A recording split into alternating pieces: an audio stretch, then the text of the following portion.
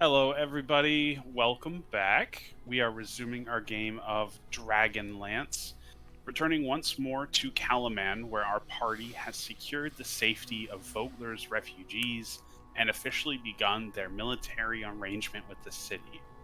Having been shown their new headquarters on the fourth floor ballroom within Castle Calaman, our group was able to reunite with Darrett Highwater, a fellow survivor of Vogler and Solamnic Knight in training. Serving as their liaison with Marshal Vendry of Calaman, Darrett is excited to earn his place within the castle and earn his place as a true knight of Solamnia. The start of this journey, for him as well as our players, begins today as our party knows they will be handed their first mission from Marshal Vendry within the day. Welcome back, everybody. I would like to WB. start the day off with our party awakening to a new day. I believe Nimoy would have been camping outside of the city walls while everybody found free lodging within Castle Calaman in their new headquarter room because that's been assigned to them.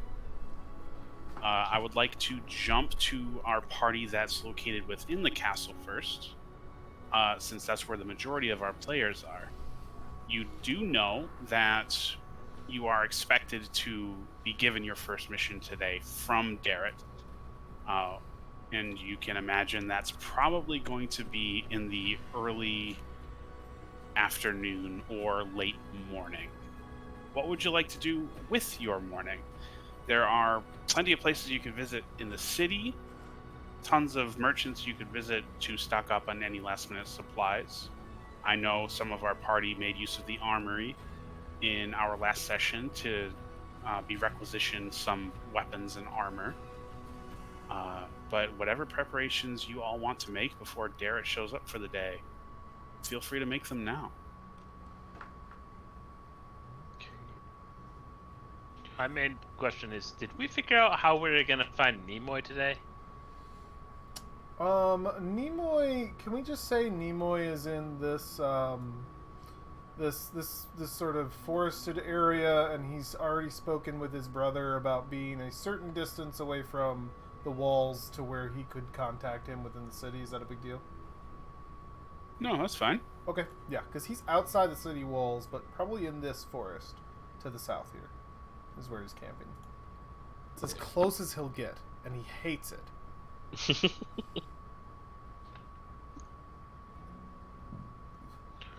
So you can contact me from the edge of this, from the walls of the city.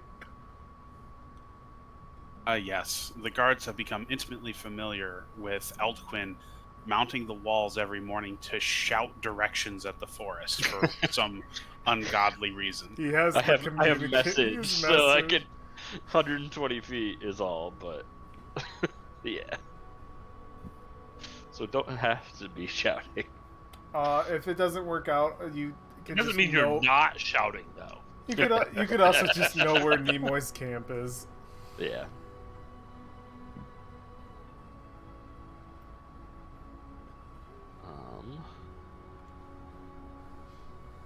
If that's the case, communication-wise, Why does not Nimoy simply stay here with us? he does not like people. How many times does Thrag have to forget that that's the case? I've moved several plants into the corner. He could stay there. How does he get there? Not without more people, so problem. Still working on that, but I'll get back to you.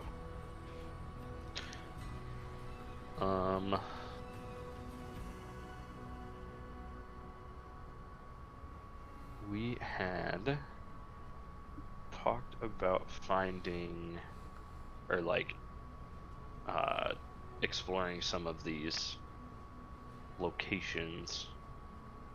And Kyle, you said we have the morning essentially to figure out. Yeah, you have a small amount of time where you could do any last-minute preparations before duty calls you away. Okay. or I suppose the duty of expectation. Nobody's going to force you to adhere to a timetable. Mhm. Well, should we let Nimoy know? Go explore, I don't know, this Wanderer's Rest or the Forges? Maybe the Beacon? Or would you be letting Nimoy know? That will be getting our thing today. And Okay. if he wanted to be there for it, he'd be welcome. But I think you know your brother enough that it's not a big deal. You can contact him when you need him. okay. You don't have to inform him. He's not the type of person who needs to be informed. Okay. You catch up when you catch up, kind of thing. Sounds good. Laffy, Thrag, any preferences on where we go? I think I have what I need. I have armor. Perhaps some food. Potions, perhaps. I know an apothecary. Laffy and I were there yesterday. Do you have the coin for a potion? That depends. What would 6 gold get me? I don't think much. Well, fine then. Because if I I will- remember right, like, aren't healing potions like 100 gold base? Yeah, I think so. I think the base ones are not that expensive. Yeah. At any rate, I will defer to you, Elwin.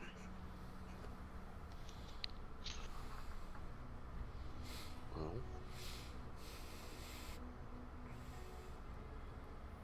I mean, personally, I need to, at some point, get there to teach me how to use a glaive, but, Oh, that's right.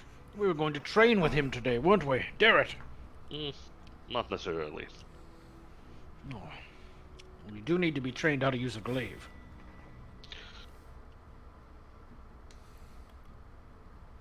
But, other than that, in the city, don't think I need to go to Forges very much.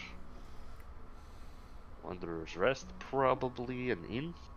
We could go there and get some food. There's a city market. The beacon. I don't know what that is. We could go look at it. 50 gold. Yeah, they're pricey. Yeah. It also... Oh, you're talking about the steady beacon. Not... Yes. Not the Okay. harbor beacon. Yeah, sorry.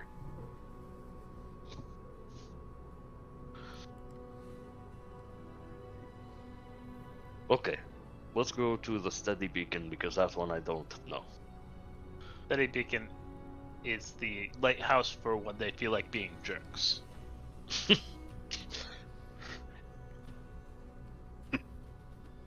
Well, it wouldn't take too long of a walk to get there from Castle Calaman. Is our party departing to the beacon right now? Why not?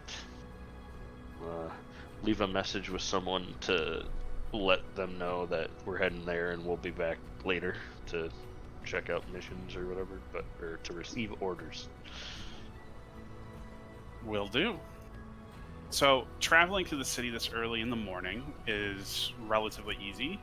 Anybody who had to be up early is already where they have to be. The streets are relatively quiet. Arguably the most bearable time of day for Nimoy, with the fewest people on the street possible. When you get to the steady beacon, you see that it too is beginning to wake up to the early morning. The proprietor of the beacon greets you from behind the desk. He introduces himself. Hey, my name's Justin Thold. Welcome to the beacon. You missed breakfast.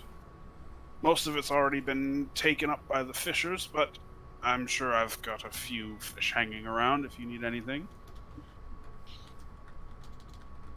So, does it look like just a shop or like The steady beacon, we brushed upon it last session, but Okay. the beacon is a tavern.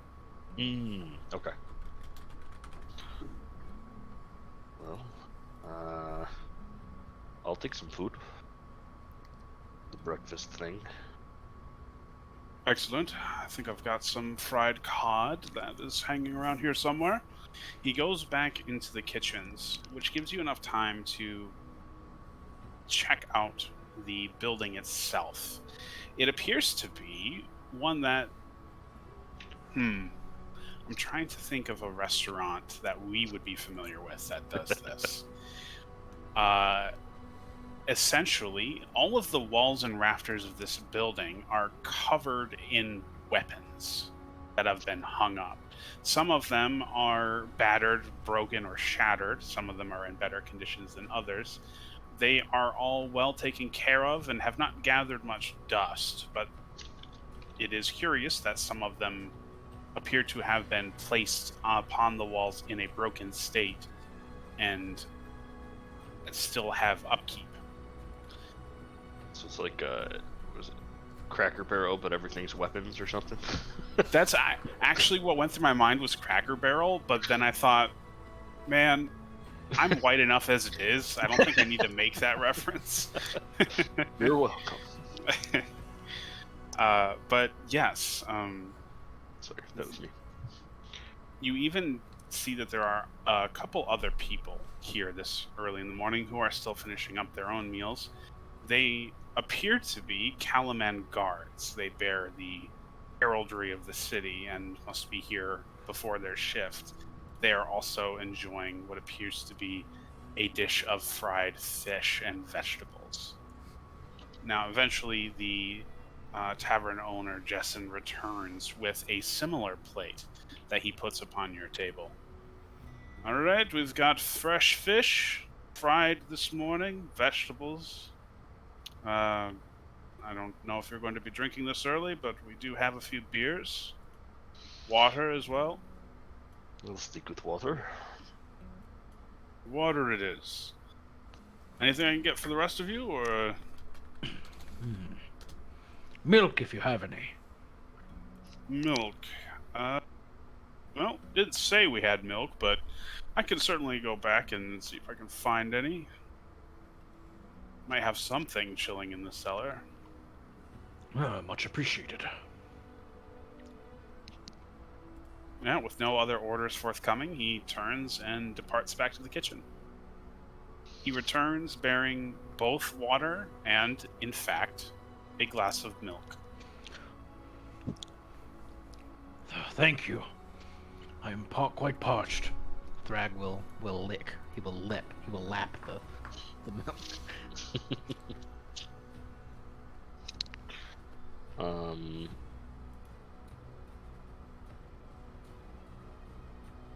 What is this going to cost us? No, not much. About 12 copper pieces. 15 for you, he turns to Thrag. No problem. Alright. I'll slide over some silver and make change here. Will do. Feel free to subtract that from your inventories.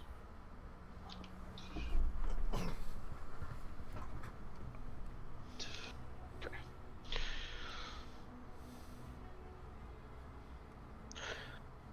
Well, any goings on around here we should know about? If we're going to be staying for some extended time? Are you asking this of Jessen? Yes. No, I don't think we have any festivals planned. I did hear there was some eventful happenings with some refugees from some poor town that got destroyed. But so far as happenings, I guess once a week we do get some traders coming up from down southwestward. I do think we actually are supposed to be having a caravan from Palanthus in a month? Assuming weather doesn't delay them, of course. That's always some usual fanfare. Everybody likes to see what's come out of the capital. I imagine there will be some news. And as far as the refugees from Vogler, I might know more about that if you have questions. Ah, yes, I knew it was with a V, but I couldn't think of the name. I don't really have much questions. It's not really any of my business. I would just hope that everybody made it safely where they needed to go. I haven't seen many of them here in the beacon, but Yeah, they're getting set up outside. They had to flee with not much, so maybe some time for them to work up enough coin to come in. well, if they ever need of food and they have the coin to buy it, tell them the Steady Beacon welcomes everyone. Will do. It is much appreciated. It's just good business. Indeed. He smiles, gives you a nod, and returns to his morning chores.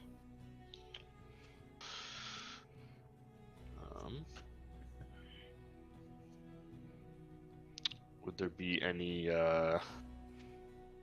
notable chatter from the guards, or is it more just daily things going on? Trying to overhear for that a little. Yeah, listening into the chatter of the few guards that are there is not eventful. The talk is entirely mundane. You do hear some conversations about bandits and things that they've seen on patrol, but nothing that sticks out to you, who is more, road traveled than the average citizen would be.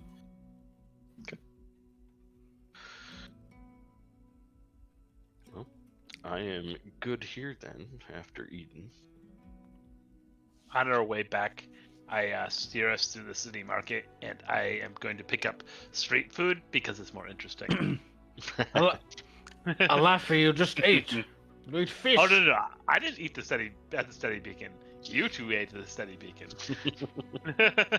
I'm getting street food.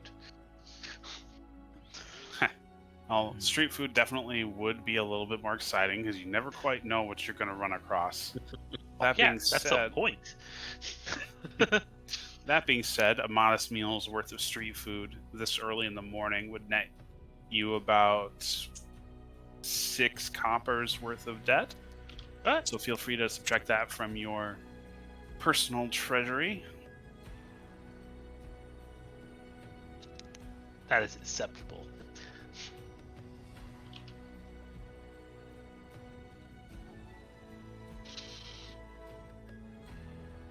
Now, is our party going to make their way back to Castle Calaman, or is there somewhere else you wanted to visit?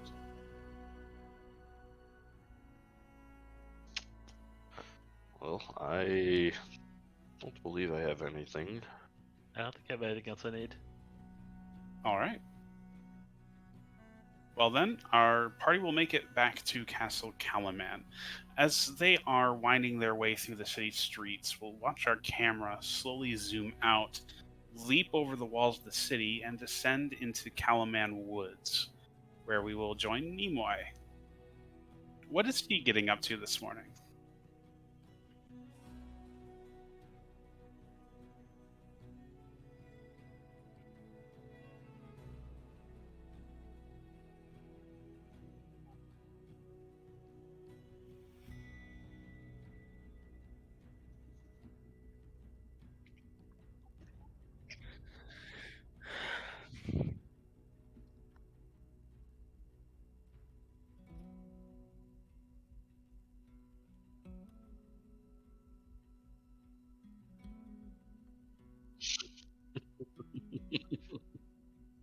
It got new armor.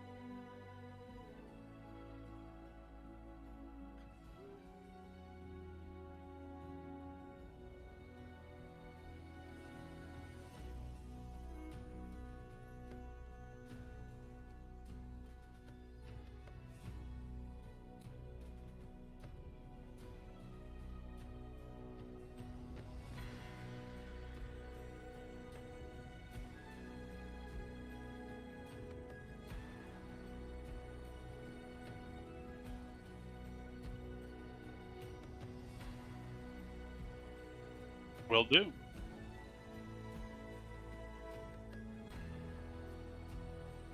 Well, your chill morning would not go entirely uninterrupted. After the sun has begun to rise over the horizon, you would be greeted by two individuals.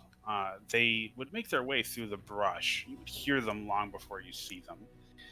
But one of them is grumbling about some homeless squatter reported to have been seen in the woods, and that they have to split up and search for clues. As he's instructing his partner of what to do, they stumble through the brush onto your camp. They both blink with surprise, not having seen your campground coming. Well hidden it may have been. One of them looks to you and says, hey, who are you? And what are you doing in the woods? They're both dressed in Calaman colors and heraldry. One has a pike and the other has a sword at his belt. Neither of them are drawn or levied at you in any aggressive way, but they both have a look on their face that says, why are you here? You shouldn't be here.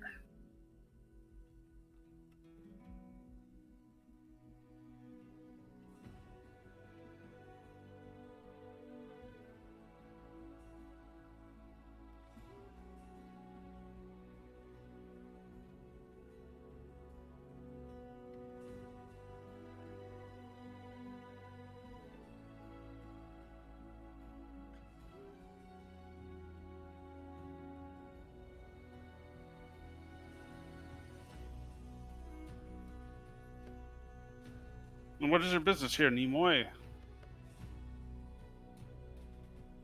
Oh, we're morning patrol. We're supposed to be... Yeah, we patrol the grounds around the southwestern walls every morning.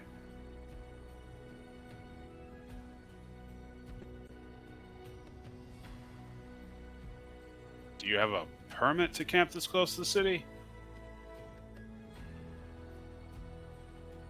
Yeah, does he need one? The guard shoots his companion a stern look of disapproval. If you have no business being this close to the city, I suggest you move along. Times are dangerous. Camping is not suitable business for being this close to the walls. If you are in need of lodging, I suggest one of the houses around the trade gate.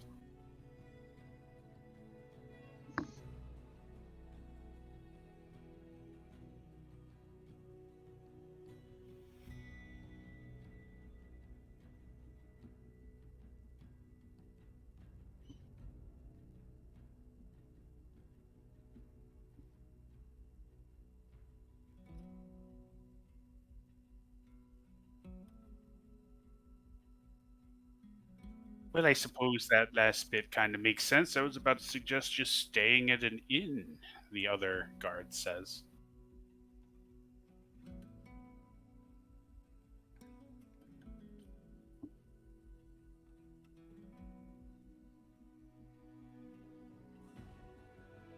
The first guard chuckles. Oh, I'm sure we would have to have some manner of argument about that. The wilderness is dangerous these days. What with bandits and God knows what else crawling around where people can't see. But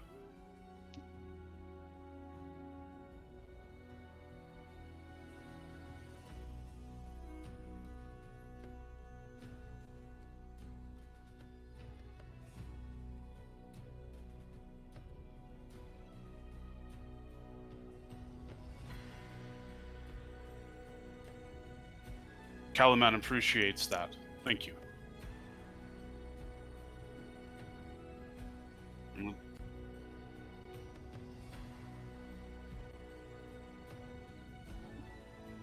That is the last we have heard of him. Now, the first guard, the senior of the two, says, just have your things packed up and moved away from the walls by tomorrow, please.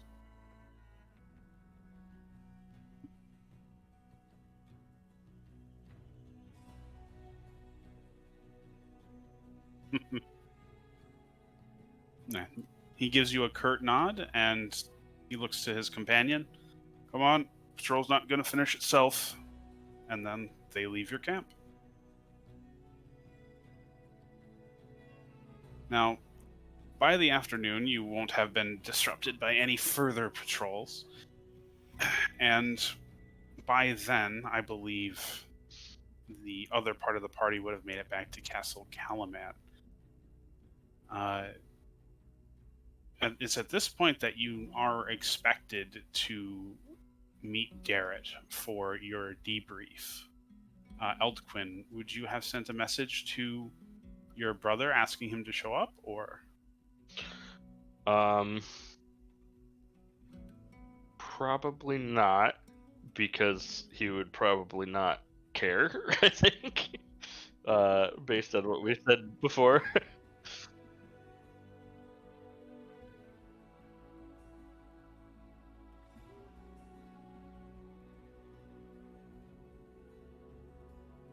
Yeah.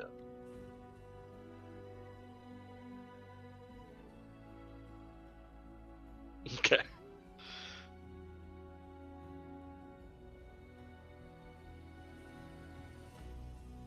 All right, fair enough.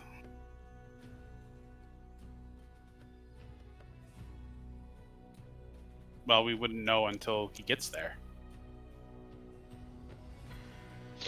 It's also one of the things where it's like, I don't know, because we're part of the military, but he isn't, if he would be allowed to be there as part of that. So.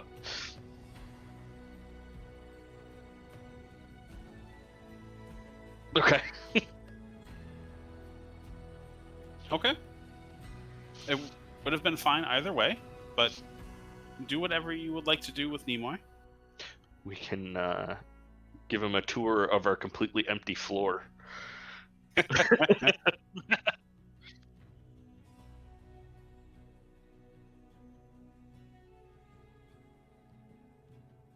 Okay. Well, then we will resume with our party having just met with Darrett, who has begun to debrief as Nimoy slips into the room, having been escorted by a guard to where our players are hanging out. Darrett currently has a small map that has been laid out on the wooden table that was given to our group in this ballroom. And he was beginning to explain to everyone that Marshal Vendry says that there's a gnome of interest living southwest of the city. They're awfully concerned about this horrible monstrosity we had to fight on the docks, this boiler dragon thing. They want to know more about it, and the only expert they could think of was this gnome inventor who lives quite a ways outside of the city, in her own home. So, you are to be dispatched to her to inquire about this construct that we engaged with, figure out if she knows anything about it, or could perhaps offer her expertise to the city council. And if she's willing, escort her back to the city. So for a second there, I almost had the moment of we, and then I realized that it was Derek talking to us. Oh, yes, I was talking as Darrett there. Sorry. Yeah, no. For half a second there, I thought you said dispatch. It's like, we are sent to dispatch this one. No, of course not. We're just. Well, That is I say we. That is a relief. I am not going to be coming with you. I have training regiments today, but yes, they did want her expertise. So, if she is agreeable, please escort her back to Calaman so she can be questioned by the city council and offer her services. What if we get there and she is building a second boiler drake? Well, I would hope she's not. They don't expect her to be hostile in any way, but I suppose act with your own discretion. If she's hostile towards you, then you should defend yourselves. And if she just doesn't want to provide any information or come with us, Well, as I said, if she's agreeable to these things, please escort her back. She is, of course, free to stay and do as she pleases. The city's just hoping that they can entice her services here within the walls. I'm sure they will pay her for her time. But I wasn't given any sort of information as to what that would be. I assume they can negotiate it if she shows up. good information to have.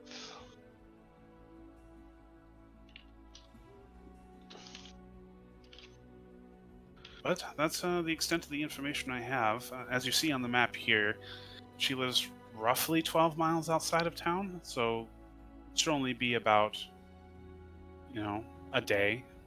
Head there and then head back. Day out. Okay. I apologize about the purring. That happens when I'm content. I hadn't thought about it, Thrag. You didn't sleep in the ballroom last night. Well, may need to get some supplies before heading out myself, but other than that, we'll make our way soon. Sounds good. When you return, please debrief with Marshal Vendry's secretary or myself if you happen to see me. Will do. I wish you all luck. He smiles and gives you a curt nod before stepping out. Same to you with your training. Oh, I'm sure it won't be too challenging. God forbid, I've spent years doing it. I'm sure it won't be too hard to teach it. Hit that 10 times. And then he smiles. Don't tell him it's 10 until you're done with half. Yeah, I'll give that a try. And with that, Derek departs, the ballroom doors closing behind him. Okay, so Nimoy, hello. Yes, you're here. Greetings.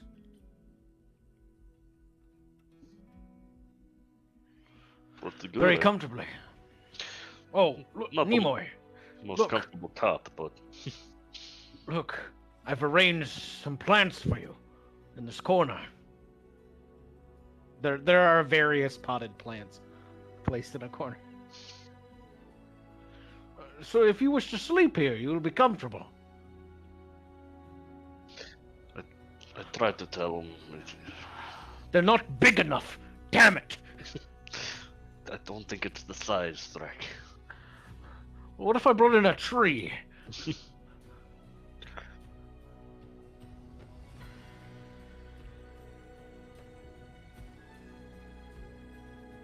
But then you'd have to stay here.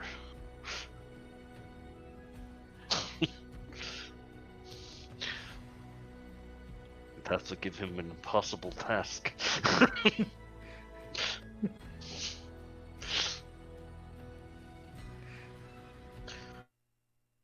Well,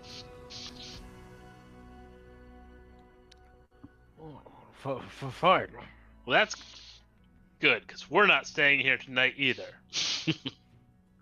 Or not? Oh, we have a mission out of town, so probably not. yeah, I would like to pick up a tent on our way out and then go from there. Nimoy, do you have any need of a larger crossbow? He has like a light crossbow that.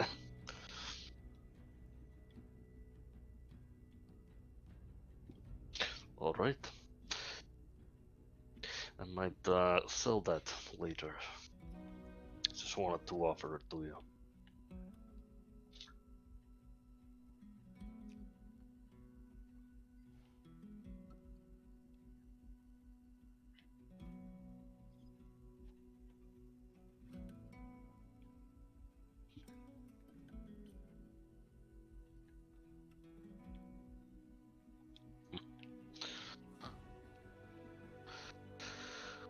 figure that out.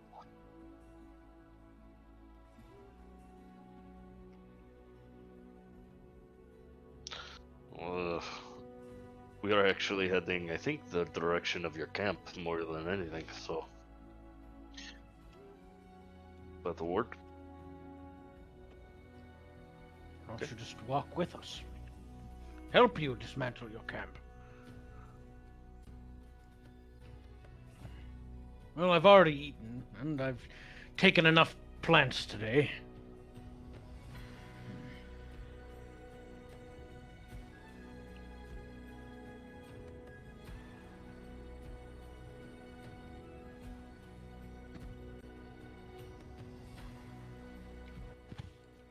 I will endeavor to make an environment suitable for you, Nimoy. From over Nemo's shoulder, I am gesturing with my hands like bigger plants. Yes. Yes. I will, but Like where Nimoy can't see me, but Thrag can. I will. He winks at you, very like a noticeable wink.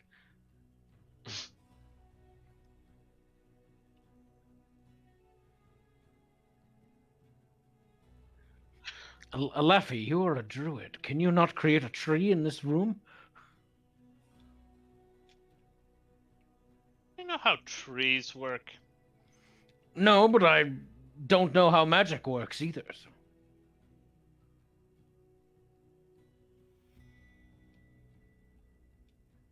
Well, No.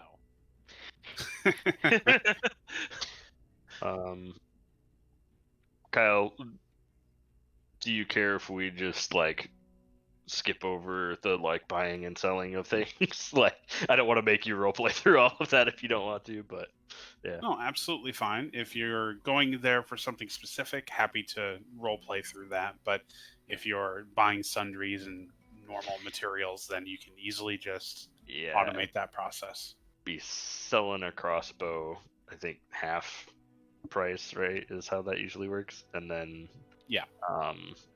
Buying a tent is really the main things.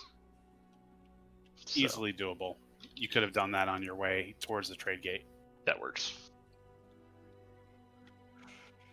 There is.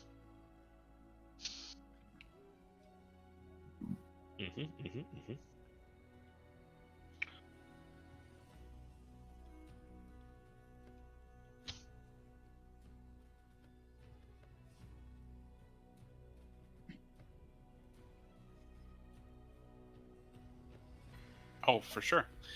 Pretty much just the earliest hours in the morning up to about an hour after sunrise is when the streets are pretty much empty.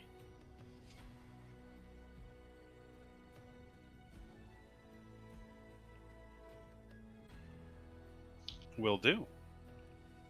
And on the subject of Nimoy, it's when you are exiting the trade gate and heading back to your camp that you do spy a couple relatively familiar faces. You see a cluster of Voglerites who are currently building a house.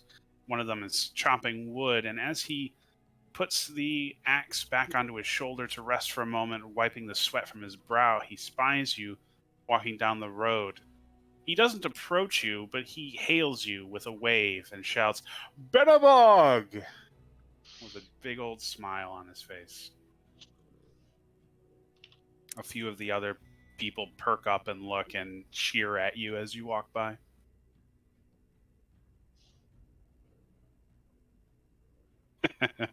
Now, they don't pursue or hail you any further, and you're able to make it to your camp safely enough.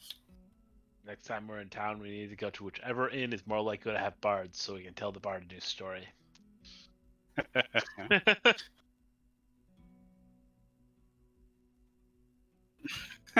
Listen, I don't want to create a conspiracy, but you know, the day Benabog is captured is the day that the town is destroyed.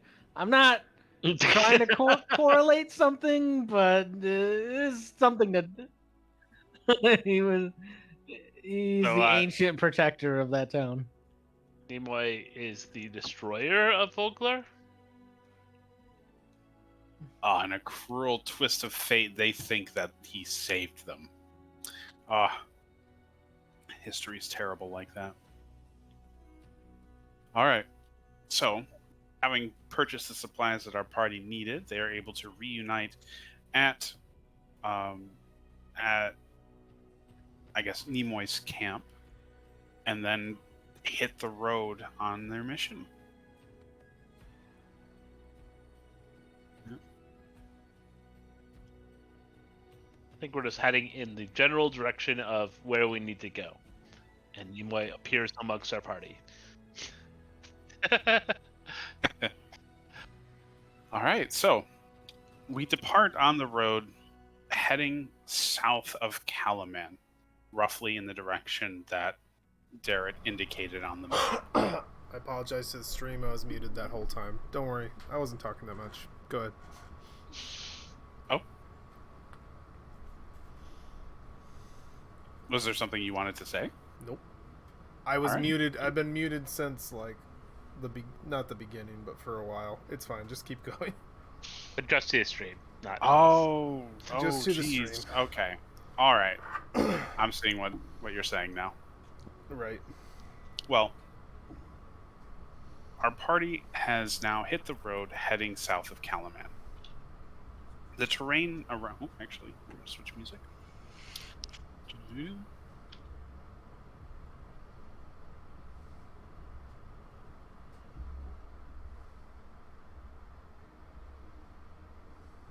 Excellent.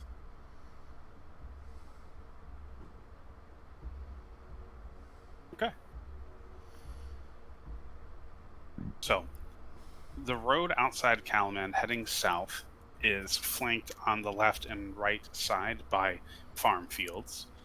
Although Nimoy is very familiar with this terrain, having scouted it himself the other day, the sites for our party would be new.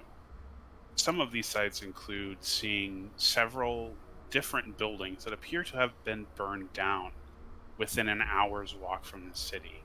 You can see the ruined husks of ashen woodwork sticking out of the ground.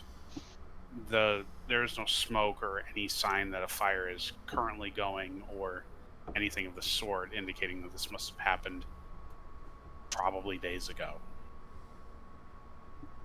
Further traveling down the southern road, we would see the weather slowly shift as we approach the Dargard Mountains that rise from the south in an almost ominous fashion, their peaks clouded with dark and stormy weather. A light rain would pelt our party as they continued to march southward. And it seems like the farther they travel from Calaman, the darker and more dreary the weather becomes, until in the later part of their travels, you are traveling in almost entirely overcast weather. Dark, gloomy, and rainy it is. Now, I would like everyone to give me a DC 12. Why did I say the DC? A history check, please. of a mystery DC, obviously. Of a DC that just changed.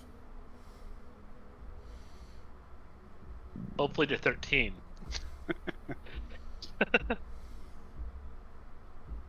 Okay. We're missing. I rolled though. That's so weird. Did you roll into the roll box? No, I hit the history button. Why did it show mine twice and a 10 there? Did I roll for you? That is curious. But I have you. I have me selected. No, you're good. Like, whatever happened afterwards, I see yours as well, but I see mine twice. Did you have yourself chosen? Well, so the thing that doesn't make any sense. Yeah, no, I was chosen.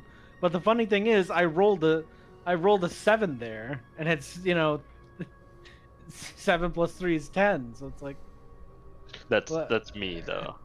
Yeah, yours is -1. because you're, not skilled in intelligence. Thank you for not saying stupid. I am also not skilled in intelligence, just so you feel better. Apparently, I'm not skilled in intelligence for this or history in this area.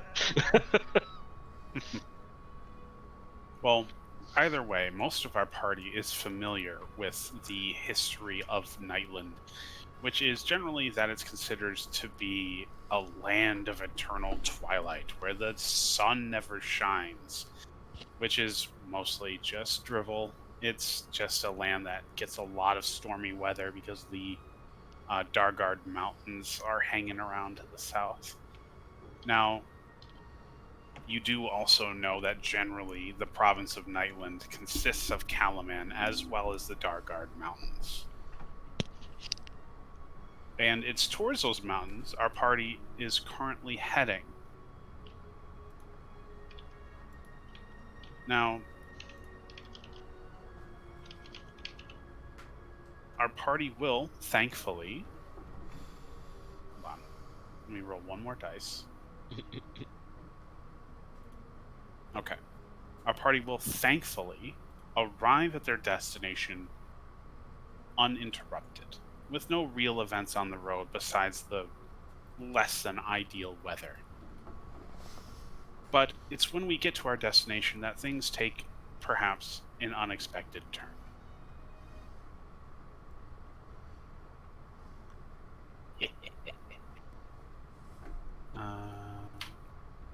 Grabbing some music. Sorry, Thrag. The music changed. Mage armor. No.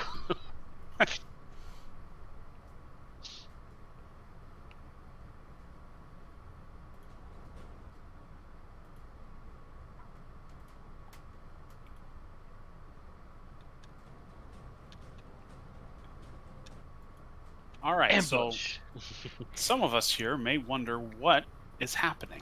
And I think the music will tell us exactly what is happening. In text format, even. In text format, even.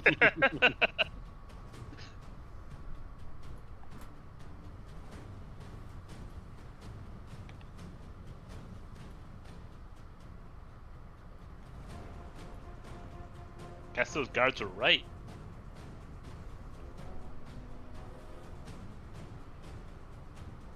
The ones from the forest, yeah. Yeah. Dangerous out here. Okay.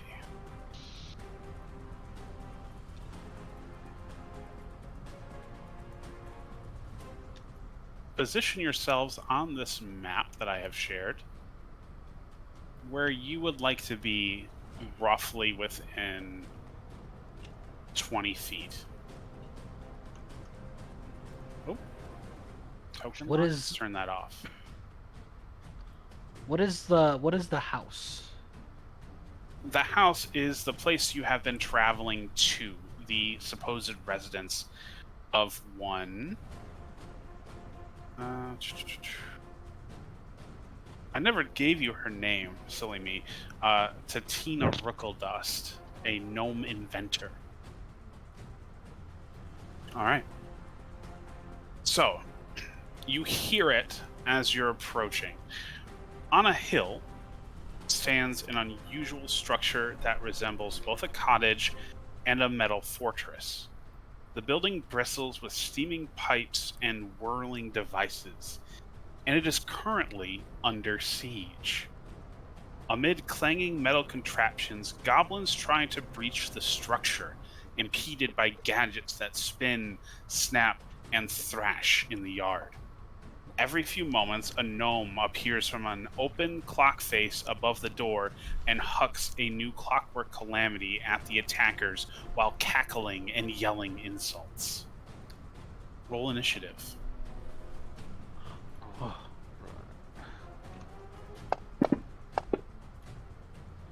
I'm prepared. I'm not. More than I am. Thrag Oh, I is didn't see never yours. prepared. Thrag is just never prepared. Ever. Just like, what is this? takes us a second. Thrag does not understand what these mechanical monstrosities are. Nimoy knew, expected this.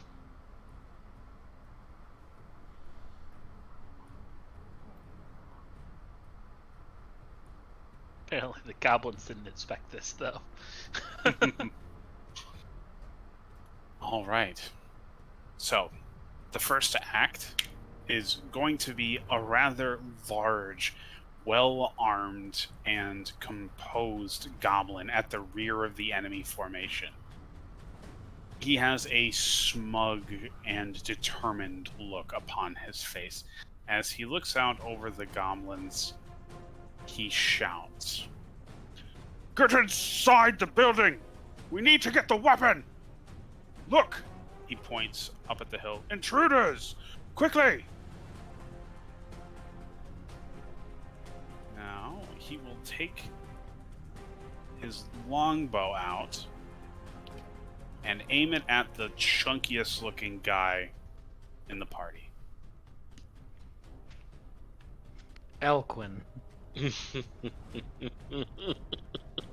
Thrag, you watch the arrow fly across the field and step slightly to the left as it careens past you. Thrag was completely distracted by the gadgets. What? Well, then you were completely distracted by the gadgets and it miraculously misses you. Doesn't even know that he's being shot at. Did they just shoot at me? Nimoy, it is your turn. I think they did, Thrag. Before you is a field of goblins arrayed in such a way as to try and breach this fortress, dancing around a smaller army of metal contraptions that are keeping most of them distracted. Okay. I'm going to move 5, 10, 15 to just over this ledge. I'm going to use my first action to target this one here. I'm gonna go for a strike. I don't think I have to push Dread Ambusher yet. I just do the attack first because I do the damage separate. So we'll do that. I'm targeting Goblin 3. Good, just confirming. Plunking out the crossbow on these guys attacking these poor gnomes. Okay, you got the nat 1. So we'll do a I believe, if I'm looking at this correct, just a sec, I'm trying to remember everything that I can do, because I know I get an extra attack for some reason, if I'm correct. Yeah, first round of combat, you get an extra attack. Yep, that's the additional attack, and if that attack hits, it's the extra D8. If you take an attack action this turn, you can make one additional weapon attack as part of that action. My first attack is not the Dread Ambusher attack because it has to be the next one. It has to be the additional. So here comes the additional, same guy. This is the Dread Ambusher attack. I would like to mention that there's been 4 natural ones in the last 6 rolls. Right. Jesus. Oh, so that doesn't go off, and then We're working our way. We'll do the bonus action shot, just the regular shot, so no Dread Ambusher. Oh, okay, all right. No hits, and I'm going to use the remaining of my movement, so 5, 10, 15. I will move 15. 20, 25, 30, 35, 40. So I have 40 feet of movement. Actually, I'm going to get behind this tree and take cover. Excellent. That's it for me. All right, Elquin, you're next. Alrighty. I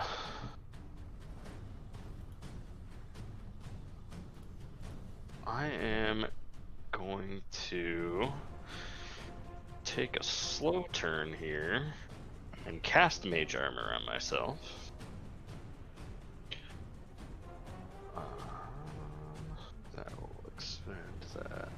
spell slot. AC up to 15 still. Okay. And that'll be an action. I will move over to here. And I will call up to the house and say, sorry to spoil your fun, but would you like some assistance here, Miss Ricklebot? Or wait, what is it? Rickle Dust. That's what it Don't call her Ricklebot. was. Rickle Dust. The Rickle bots are all over the place. Oh man, I have 50 feet of movement. You hear a surprised gasp from across the field, and you see her blonde hair whip out of the window as she looks towards where she heard that voice from. A surprised look upon her face, her goggles gleaming. Help? Yes, absolutely.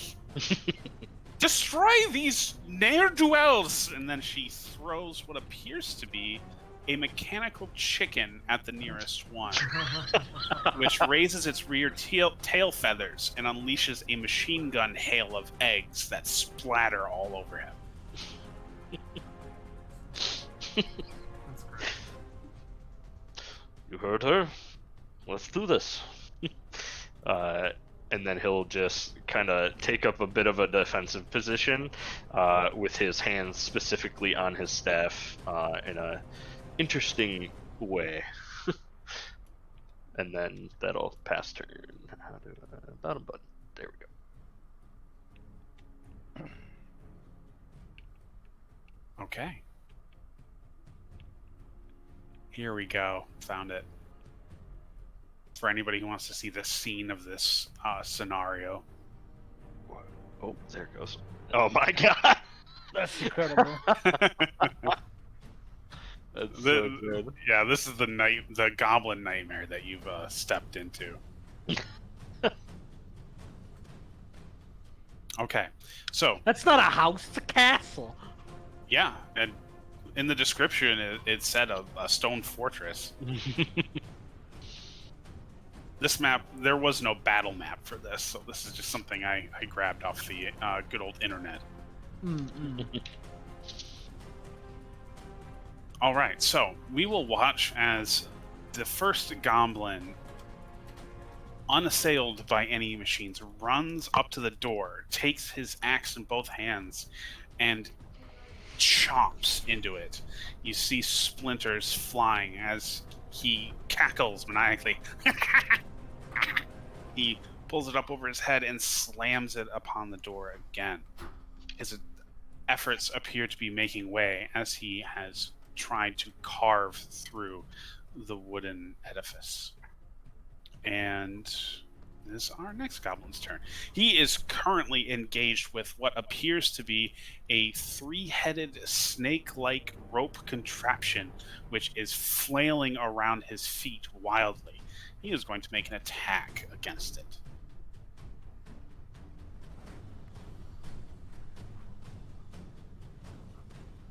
All right.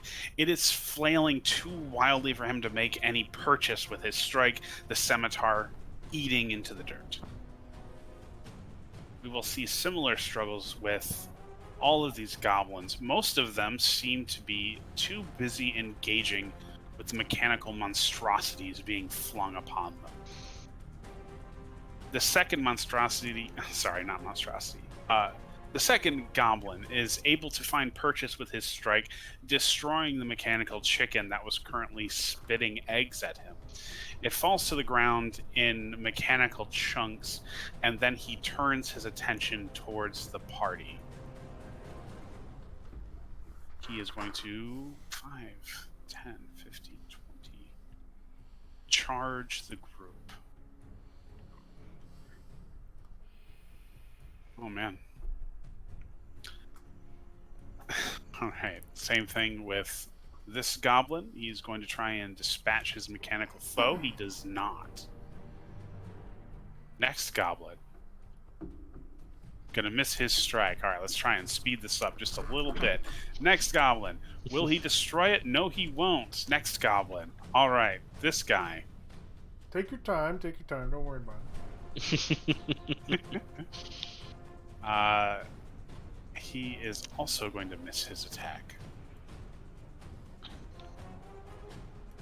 All right. Thankfully, this goblin was just a little bit wary of everything happening and was hanging just a little bit back, so he wouldn't have to engage with machine gun butt chickens. And he will turn at the party, having been instructed by his commander to do so. He is going to move up 10 feet, levy a bow, and take a shot at Thrag. And miss. Oh, All right. such violence. This goblin, currently dealing with what appears to be mechanical dentures, will miss as well. And finally, the last of the last of the goblins that isn't distracted by a device will then join his companion, levy a short bow, and unleash an attack on Thrag. With another miss. Bringing We us got drag armor. to a Laffy's turn. Oh, that reminds me, I need to adjust one thing. Yeah, Thrag with armor is really great. I switched back to a regular shield because I gave Thrag the green shield. I had to adjust my armor class. Oh yeah, let's not double Ispen's shield now. There's only one of those unique boys. Yeah, and I just fixed it. So we're going to start with, I guess. Yeah, this will do. Laffy will. A black beam of light is going to hit the two goblins right here, and I have to remember how to make a marker. There's a pointer, right? It's Or a drawing. two, both right and left click. Oh, no, to make the circles. Oh, right click and then go to pointers. Yep.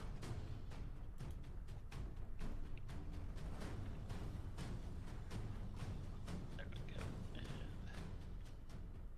And a beam of darkness that just seems to come from the sky, not from anything that anyone can see. Will come flying down on these two, and I target them both and save. All right, they both fail.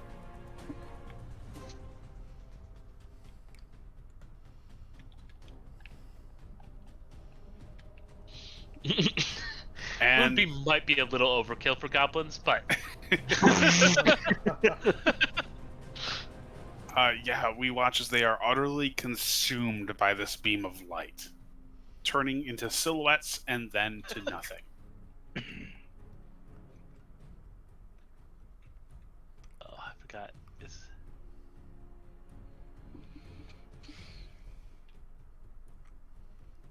Alright, so each of turns after. So I guess I will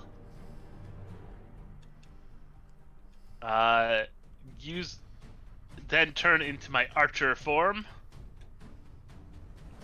and we will shoot at the goblin that is daring getting too close to us, and miss him because I forgot to target him, but I missed anyways. Well, thankfully he didn't see what happened to his friend, so he's still brave enough to continue to try and charge forward. This is the hit them from the back forward so they don't panic. Right? And they might panic next round when when the moonbeam goes shooting across the map at a diagonal. Was that everything on your turn, Laffy? Yeah, I will also, I guess, get slightly closer. Here, so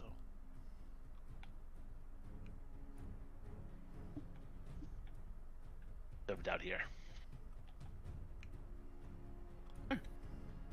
And Little deer legs. that will bring us to Thrag. Okay. Thrag has been very patient this entire time. 4 times Thrag has been attacked, and each attack ineffective. Thrag's patience. Thrag has lost his patience. I walk up to this goblin. And I'm gonna let's see, let me look at my abilities. Just because it's fun and alright, oh, I can't do it on multiple turns. Alright. Thrag is going to rage. He's going to I wasn't even paying attention. And he roars. He roars at this goblin, and he goes into a rage. Now, I believe the rage doesn't level up. It's still 2 damage, correct? Yeah. 2 extra damage? Okay. Yep. So, I'm raged. Does that actually, like, activate?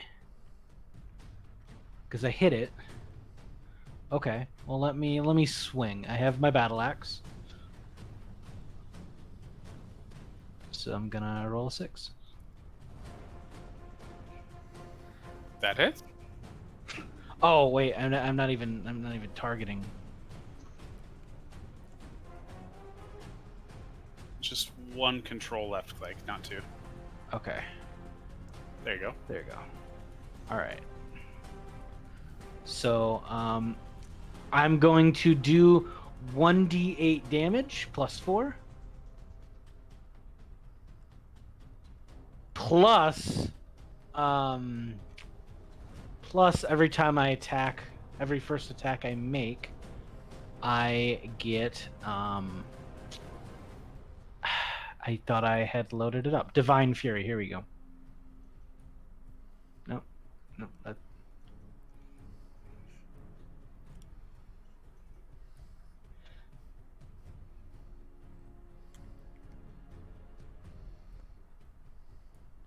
Did that do the damage? Do you guys? I think it died from the first thing, so Yeah. Yes. yeah. He's Oh. already dead. You probably shouldn't. So that effect wouldn't even happen. So. Well, it happens with the damage. It's one big attack. Yeah, not right. bad. I mean, like if it takes if it's a use-upable thing, it probably just didn't happen. So you can use it. Just roll a d8 so you can see the number. Yeah, I just want to see. Just 3. There you go. It's just like, yeah, cosmic energy just kind of like envelops this poor goblin, and he disintegrates. All right. Is there anything And- else you'd like to do with your turn? Yeah, Thrag is going to if I can move the map. In the lower right corner, there is a button you can left click on, and then you can drag around the map. Oh, yeah. Okay. Conversely, there's a little arrow in the upper right part of the window that you can click. It's like a diagonally right-facing arrow. That'll make it your background, where you can see a significant part of the map, and then you can middle click to drag around. Oh, what's that? I thought I knew the measurement tool. It's a right. Both mouse buttons. Oh, okay. Yeah, Thrag is going to run into here. He's just 30 movement speed. All right. I don't think I have a second attack yet. That's level 5, right? Yeah. Yeah. Okay. Yeah, that will end Thrag's turn. All right. Mind clearing your pointer for me, and then rolling 1d6. Okay. A lot of ones today. All right. Now this will bring us up to the hobgoblin's turn.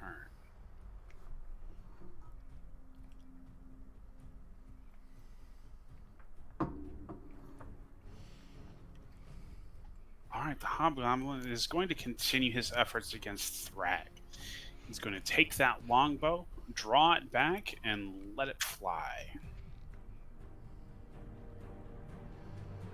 And miss. Nimoy. Nimoy is, after ducking behind the tree for some cover, he's going to make his way back out. He will go 15 feet over here.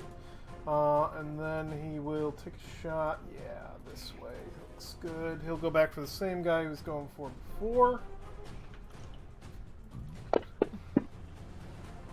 No hit. And then he will bonus action, also similar fire in his direction to the last time.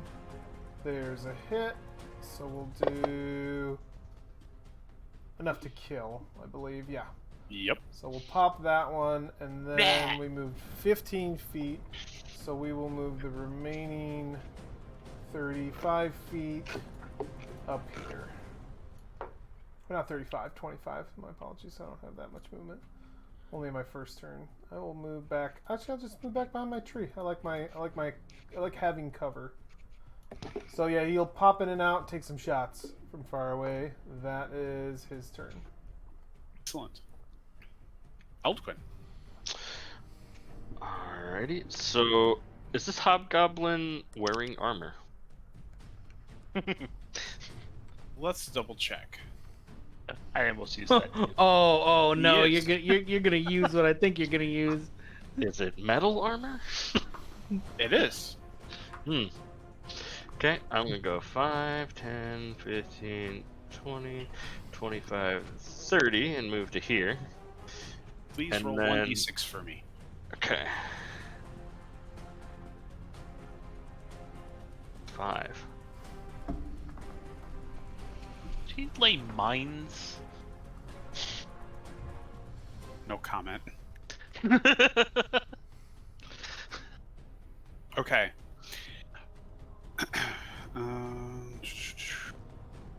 Jacob, as you are moving through the field, you see a small device that had been implanted in the tree nearby. Trigger from some unknown device, and you see it shoot a dart that slams into your shoulder. It is filled with some sort of green liquid, and you hear an ominous as steam comes out of the capsule this liquid is stored in, and you watch it inject into your arm. Please proceed with your turn. Oh, you take 1 damage, by the way. Okay. I'm really glad that I know lesser restoration. Yeah. Well, I think that's going to be a problem for later. He's going to cast Heat Metal on the Hobgoblin's armor. Using this up here. Let's see. So, any creature in physical contact with the object takes 2d8 fire damage when you cast the spell. And then it's a bonus action on subsequent turns to deal the damage again while I have concentration on it. So... I think I actually misread Moonbeam when I was looking at it. They don't die until it's their turn, but they're still dead, so it doesn't. They're still dead.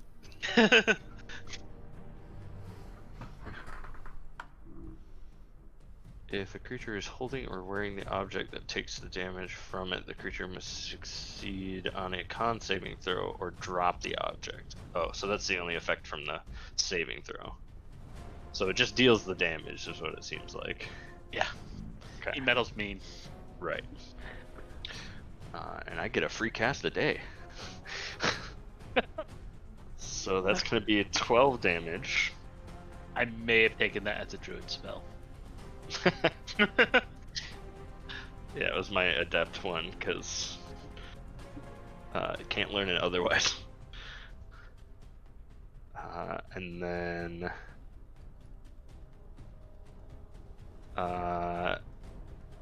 it can't drop the object because it's wearing it, right? So it has disadvantage on attack rolls and ability checks until the start of its next turn. That's totally fine, because as that armor eats up and blooms into a bright orange as all the chain links become superheated, you see him drop his bow, screaming in panic as he tries to take it off, searing and burning his hands, until eventually he falls over in a pile of slowly searing hobgoblin meat. He's dead. Well, Eltquin, I don't think we need to use level 2 spells. Well, I didn't.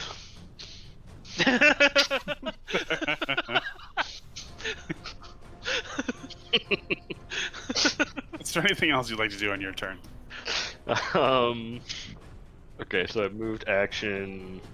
That's it. Okay. So, he'll call out, "There are traps around here.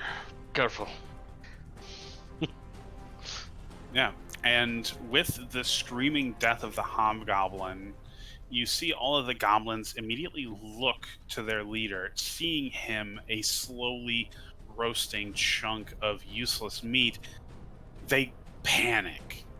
The one that had the axe embedded in the door, his chagrin immediately draining from his face. He abandons his axe in the door and runs for it. 5, 10. My spell's a 120-foot range.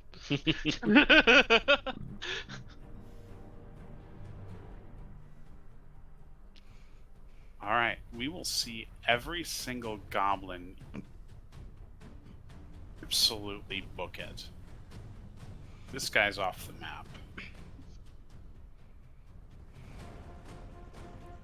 Oh, that's sad.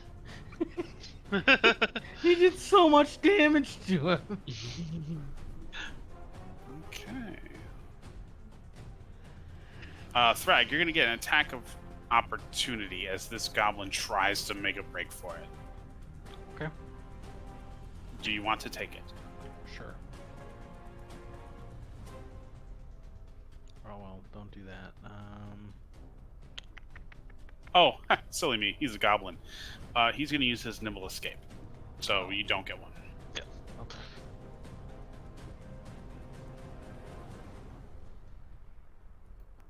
Okay. So, Elafi, it is your turn. The enemy force is in complete and full retreat.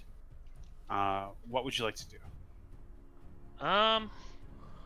Weirdly, the moonbeam is not the correct choice here. Because it can't quite move far enough, I don't think. Let's see. How far? 60 feet? Yeah, so I could get it here. Yeah. No, not particularly. So you can get Useful. one of them is all. Yeah. Okay, might as well. I'll move the moonbeam. It's a free thing anyway, so.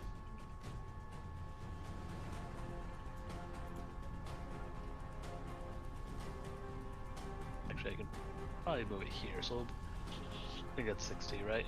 Phil? So I'll get this guy. All right. That's 65. That's 65? Uh-huh. Oh. Then we'll just nuke this guy. And then start of his turn, he'll die. Perfect. Yeah, it is 65. And then I will bow and shoot the farthest. Who's within? I'm gonna move towards them, I guess.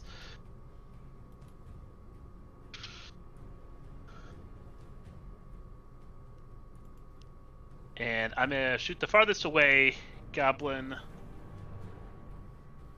with my moon powers.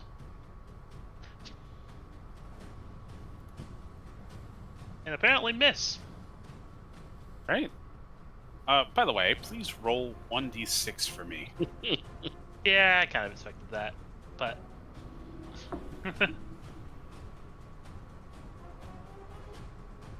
Okay.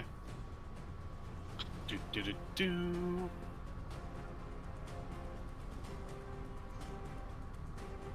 All right. As you make your way through the field, a bit of brush rips open from the ground, and a giant clacking manacle of teeth tries to bite at you. You are able to avoid it completely. And it is Thrag's turn. He's kind of just like deep breathing. He's still in rage mode.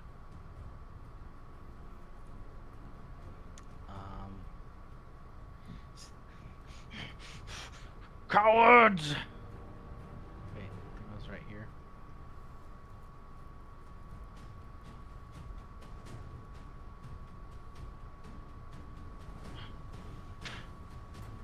Serves you right! He's huffing it, super angry.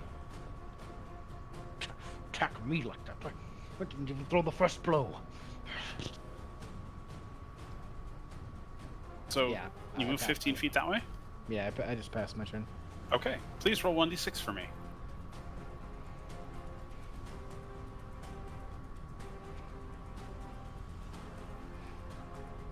Okay. Please give me a dexterity saving throw.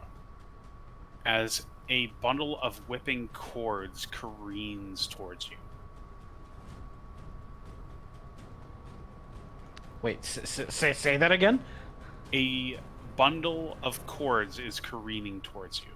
What do I do? Get a Dodge. dexterity saving throw. Oh god. I think this would work with your barbarian thing too. It's true. You do see this Oh. coming. Oh, that's true. So this would be Hunter's Instinct, and that would no, not Hunter's Instinct. I think you it's get like advantage, something like that. I can't find it. Danger Sense. Here we go. Yeah. I think I have advantage. If it will let me click it, jeez. Yes, so I have advantage on this. So I go up here, I hit advantage, and then I roll my dex saving throw. All right. The bundle of cords whips past you and binds itself around a nearby tree.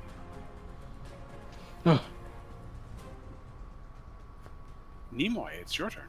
Nimoy's gonna move up to probably just about here.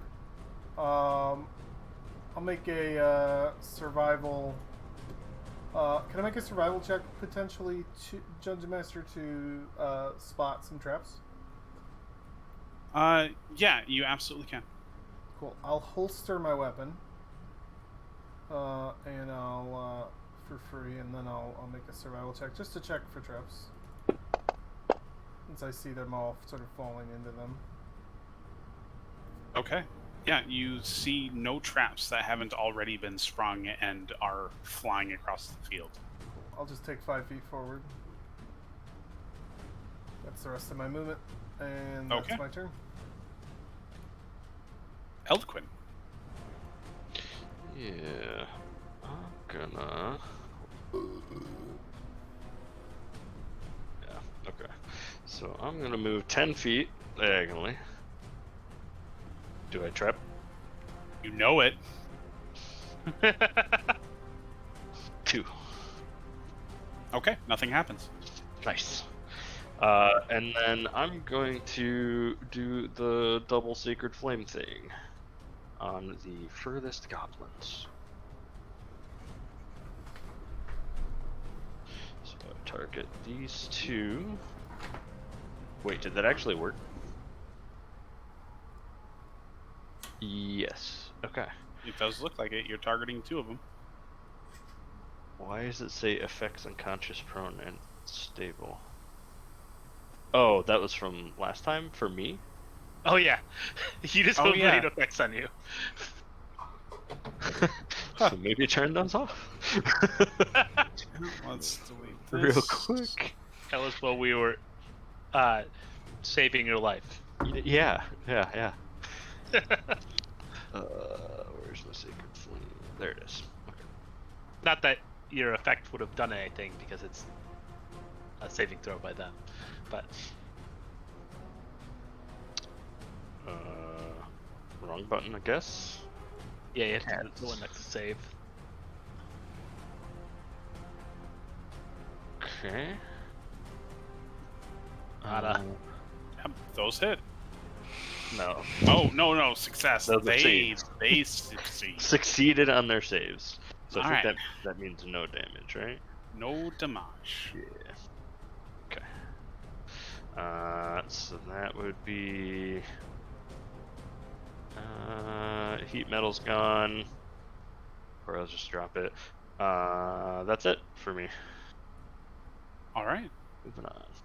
So that brings us to the goblins' turns. Like before, they are going to flee the party off the map, although they are still in range of some of your more longer range abilities. They are absolutely taking tree cover so that they Oh, can yeah. avoid being shot. Mhm. So at this point, do we want to pursue, or are you going to let them flee?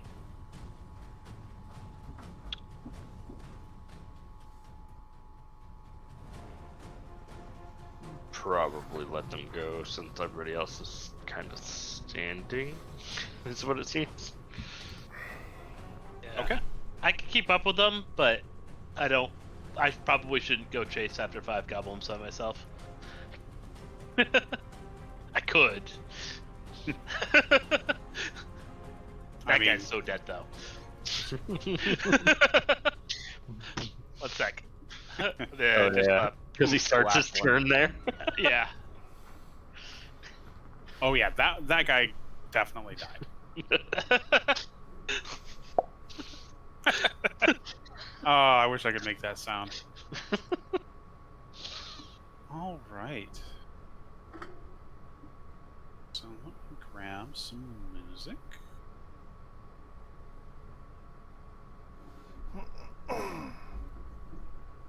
So, as the goblins flee, we see Rookeldust poke her head out the window and see that they've all fled.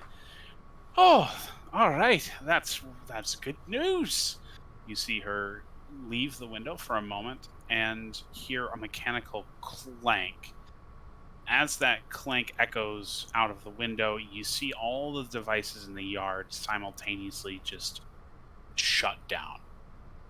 Laying limp and lifeless all around you are many piles of junk. She sticks her head back out the window and says, "All right, now answer yourselves. Who are you, and are you working for the Red Dragon Army or not?" Definitely not that one. We are actually from Kalaman. We're coming out here to, on a similar note, to ask your guidance on something that we saw from them. I see. Also, I stumbled through one of your darts. Is this a problem? Oh, no, that's... what? Do you feel any sort of way? Not yet. But it definitely went in. Oh, Like, it's... take it out. Oh, it's fine. It's...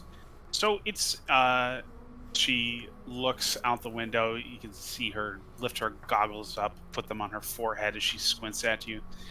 Yeah, I believe that's one of the tranquilizers. So, unless you're a small animal, that's not really going to have any adverse effects. Okay. Nimoy can be seen picking through the corpses to get half his arrows back. Excellent. Nimoy, as you're picking through the corpses, you will note that although their armor definitely appears to be of goblin make, very typical adornments that you would expect them to have, you do see that they are all emblazoned with the 5-clawed sigil of Takesis. Dragon army's bigger than I expected. It is already here. We're way worse than we expected. Goblins? Really? They seem to employ all kinds. When I was looking around the city, there were already burned down buildings. Calaman will be next.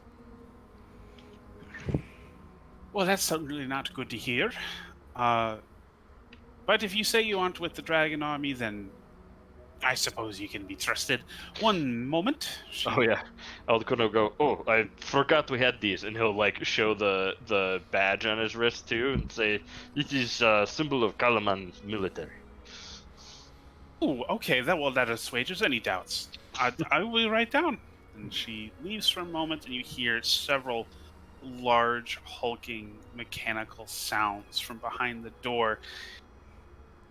And then she opens the second wooden door and steps out. You see the large stone door closing behind it. All right, well, she gently brushes her apron and spreads a grease stain around on it. Aye, all right. So, what business do you have here? I do appreciate the help, by the way, clearing out all these ne'er-do-wells. Well, like I said a bit earlier, we're actually sent here to confer with you, and the Kalaman City Council wished to have your mind on a device that we saw the Red Dragon Army using. They mentioned that if you would be up for it, that we could escort you back to the city as well, and you could talk to them in person. Oh? Well, I guess what's this thing they want to know about? It was a giant mechanical dragon that belched fire. There were goblins inside of it. It attacked Vogler and had some way to shoot fire out of its front end. I think it kind of exploded. Was that how that ended? Yes, it blew up. Yeah, it kind of exploded, so Oh? they were interested in the mechanics of it, I believe. Well, that's unfortunate to hear. Right, I did build that. They had commissioned me to build it, in fact. Ooh. But I will say that none of my inventions are inherently supposed to be violent. What they had purchased from me was a weed clearing device. It's meant to propel a liquid that kills specific types of plants. It's very effective. It cleared the flesh out of my brother. Oh, Yes, well, it brought much devastation to the town. It's very That's- effective. that's tragic to hear. It was not designed to do anything of the sort. They did pay me an amount of money to make it look like a dragon. I thought that was weird, but I mean, hey, if I had a dragon cleaning my gardens every day, I think that'd be rather fun. But that is unfortunate. I'm sorry that my tool was misused. Were they, did you happen to give them plans to make more, or was it just the one? Well, they didn't ask for plans, just for me to make it. So there's just the one, probably. They did ask me to make them a different sort of weapon, but I kind of got distracted and Oh, sorry. I, the DM, said weapon. Mm. That's not. That's not what she says. Another device. They did ask me to make something else for them, but I got a little bit distracted and made something else instead. But I feel awful, so I would like to just offer it to you as an apology. And she will head back inside and come out with a strange-looking object. A pair of them, in fact. This is something I built. So, essentially, you just hold this up to your mouth like this, and she speaks into the device, and then you hear her voice come out of the other one. I call it a fargab. And pretty much, this thing will allow you to communicate at any distance at all. Some testing is needed, but To anyone. well, whoever has the other, she waggles the opposite object in the other hand. Whoever has the other one. So is it like what I'm seeing here, or maybe I need to move the picture around? No. Okay. So it's like a backpack. What is the other object that the like receiver? She has two backpacks in her hands. Oh, okay. Interesting. I definitely think this would be useful in a couple of ways. You said they were paying you to build this? No, they were asking me to build something else. I suppose it's not terribly important. But either way, I was supposed to hand over this to them, but when those goblins showed up, they just demanded the weapon and attacked. So I don't think I'll be working for them anymore, especially after hearing what they've been doing with my tools. I hate to push it, but what was it that they requested you to make that you did not? Oh, it was really just something similar. It's really just another one of these weed clearing things, though a little bit larger than the first one.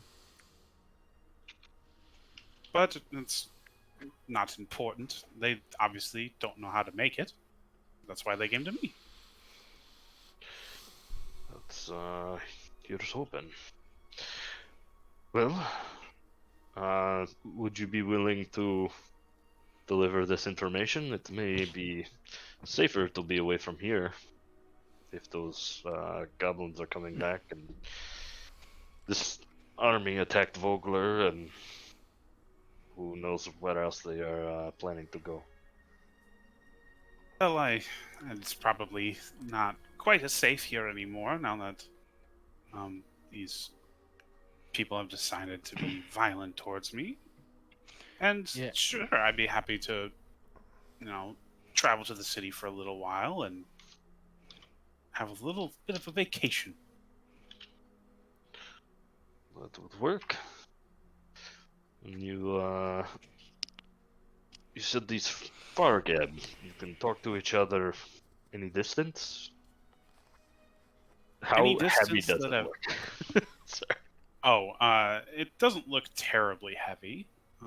It is an item. So can I share? Yeah. Here you go. That should have popped up for you. Mm-hmm. So they allow communication over a long distance using radio frequencies. Mhm. So 18 miles. Okay. Well, if the city doesn't have use for it, I think this would be useful for Nimoy and I, maybe. Well, Nimoy probably would hate this thing. Everyone within 10 feet can hear it. That's true. It would scare Nimoy quite profusely. I like you, Luffy. You know me. Well, would you like a moment to pack up your things? We can stand guard for a bit. Yeah, if you wouldn't mind, I will go pack some travel supplies. She steps back inside her home, and it takes her just 10-15 minutes before she steps back out with a backpack full of things on her back. Judging from how it clanks and clatters, you imagine maybe not as much clothes and food as tools and various other tinkering objects. I'm ready to go. It'd be nice to see Calaman again. It's been a while. Well, that is the destination. Shall we? Yes, lead the way. Alrighty. Start heading back to Kalaman. All right. Is there anything anyone would like to do while we're here at Ruckledust's home with any of the bodies before we depart? Oh, yes, that smoldering pile that Elquin created. We should see if maybe there was something surviving on him. Do you have armor? Weapons? Yeah, actually, we should take another goblin armor that has the symbol on it. All right. Might take one of those just as proof, you know?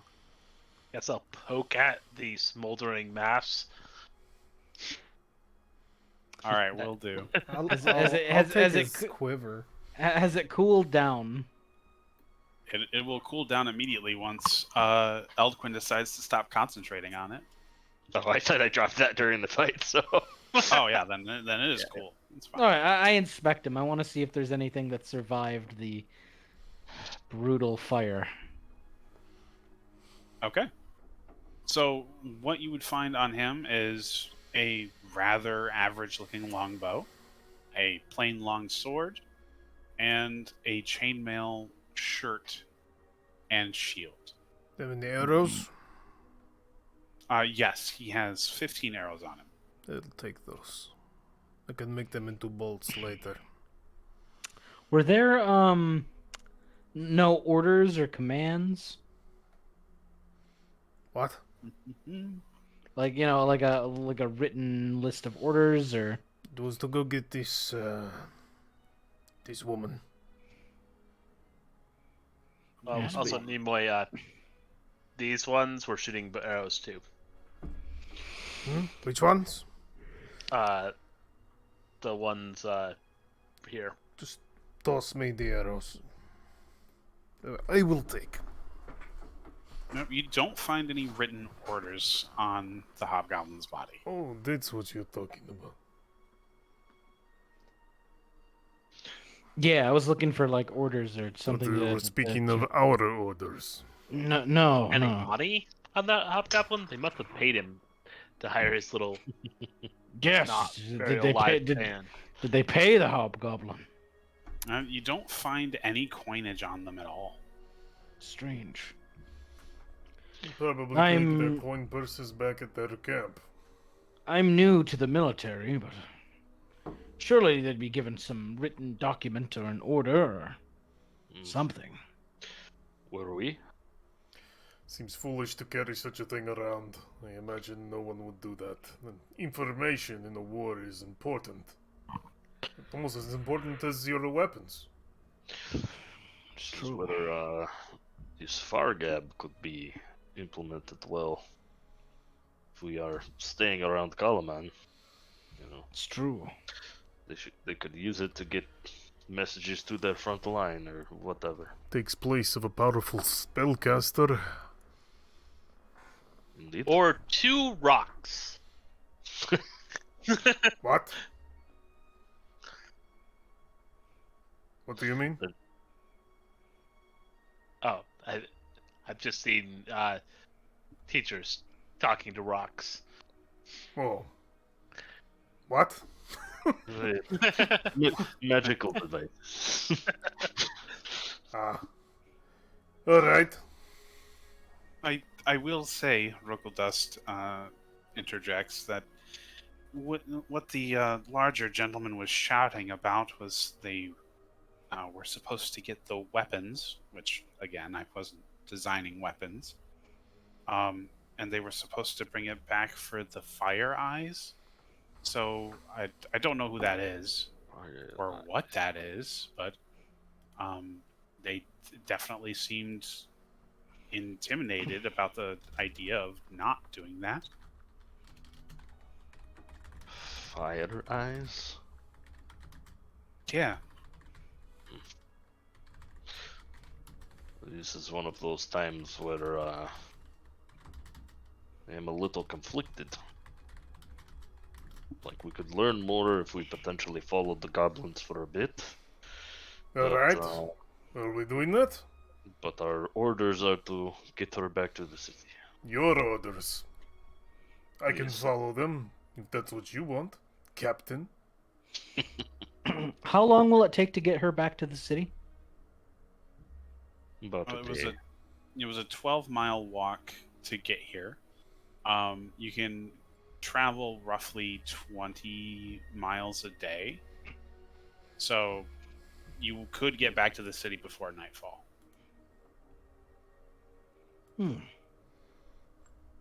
I could track the goblins. See where they went. I don't want you getting in too much trouble if they're Who says I going would back get to into another trouble? host. I would not engage in anything. I simply see where they are going. I have a feeling they're going to wherever we aren't and wherever the people who hired them aren't. You think they are just going to scatter then? Well, if you could track where they came from, I think that would be more valuable. If they came from whoever hired them, this Fire Eyes. I could try. Do you want backup? No, you have orders. I can do this. I will engage in nothing. I just will find out where they go and then I will meet back up with you.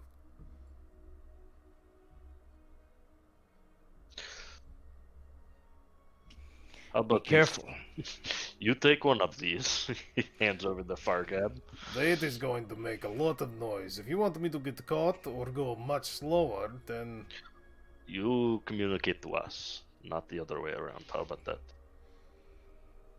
what do you mean by that? So it's a two-way communication thing, but you can talk to us and not get, additional noise, and I will just not talk to you through it so that you don't get the extra noise. Sure, he'll take it. It's so big though. It's kind of funny. It's a fucking giant metal backpack. It just seems goofy. I think Nimoy. Okay, I'm sorry. I know it's mechanically good. I think Nimoy puts it on and goes no, and he just puts it down. It's like, this is cumbersome. I'm not taking it. Okay. I will only go so far. I will not engage in anything, and I will come right back. Okay. If you're not back, Don't come Hour. looking for me. hour after nightfall. Assume I am dead. Just stay in the city. All right. Okay. So we got half the party making their way back to, or most of the party making their way back to Calaman, and then Nimoy tracking the goblins. Where they came from, not where they're going now. Okay. Backtracking. Yeah, because Give me a survival check. We're assuming that they are scattering and potentially not going back to their employer. Does Alafi have guidance? I do have guidance. I will give you some guidance before you run away to get your trail started. That'll work, Jim. Yeah, that's fine. Sounds good.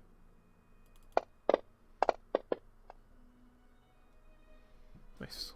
17. Okay. So we will see our party depart and Nimoy pick up the trail, the marching direction that these individuals came from. Now, our party will head straight north, while Nimoy will head northwest. Northwest. Okay. How long would you like to follow the trail? I'm likely until I find where it came from. If I go more than a day, I turn around. Okay. Let me double check this map real quick.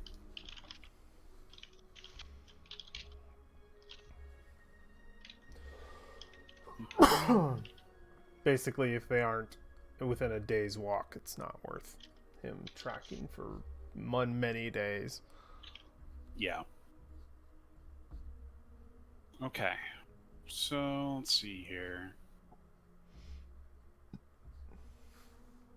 You follow them for about 7 hours. Their path is winding, sticking to forests and crossing open terrain only when they absolutely need to. And they continue to travel from the northwest. The path continues well beyond what you have decreed you would feel comfortable doing, Okay. which essentially puts you far west of Calaman. Got it. And if you know that if you continue to follow this trajectory,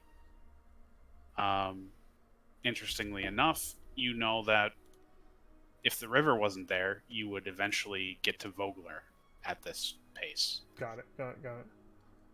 I think he'll assume they're coming from Volgar and turn his way back to Kalman. Okay. Now, for the rest of us, the main group of the party, you will be able to make it all the way back to Calaman without interruption. The weather is as dour as it ever has been, and you see that by the time you reach the city, it has only followed you here. By now, the rain is actually starting to pick up enough that you look forward to getting inside. And when you do, Rickeldust expresses once again her thanks for you escorting her here and protecting her home from the goblins. And who will you turn her over to? Are you going to find Darrett, or are you going to take her directly to Marshal Vendry's office? Would probably go to Darrett first. Yeah. I Darrett, want Darrett to increase in trust, so I think Darrett should bring her in. Just Man, we're gonna thinking be to have him with us when we go in there to debrief, essentially.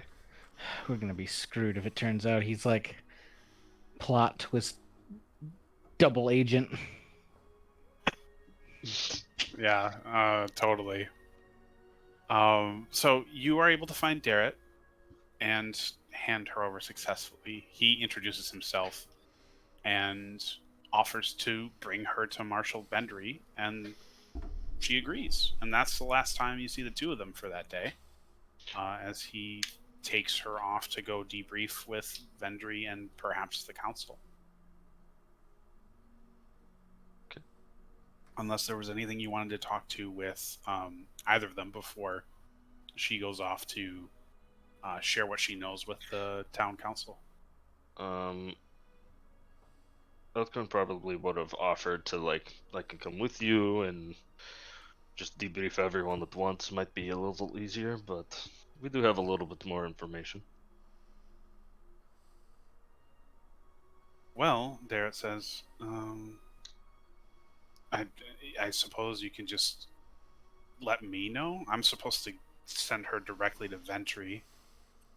Okay. Unless you want to come with me to talk to Ventry. That's what That's what you were saying? But Oh, okay. Right, I thought you meant the council.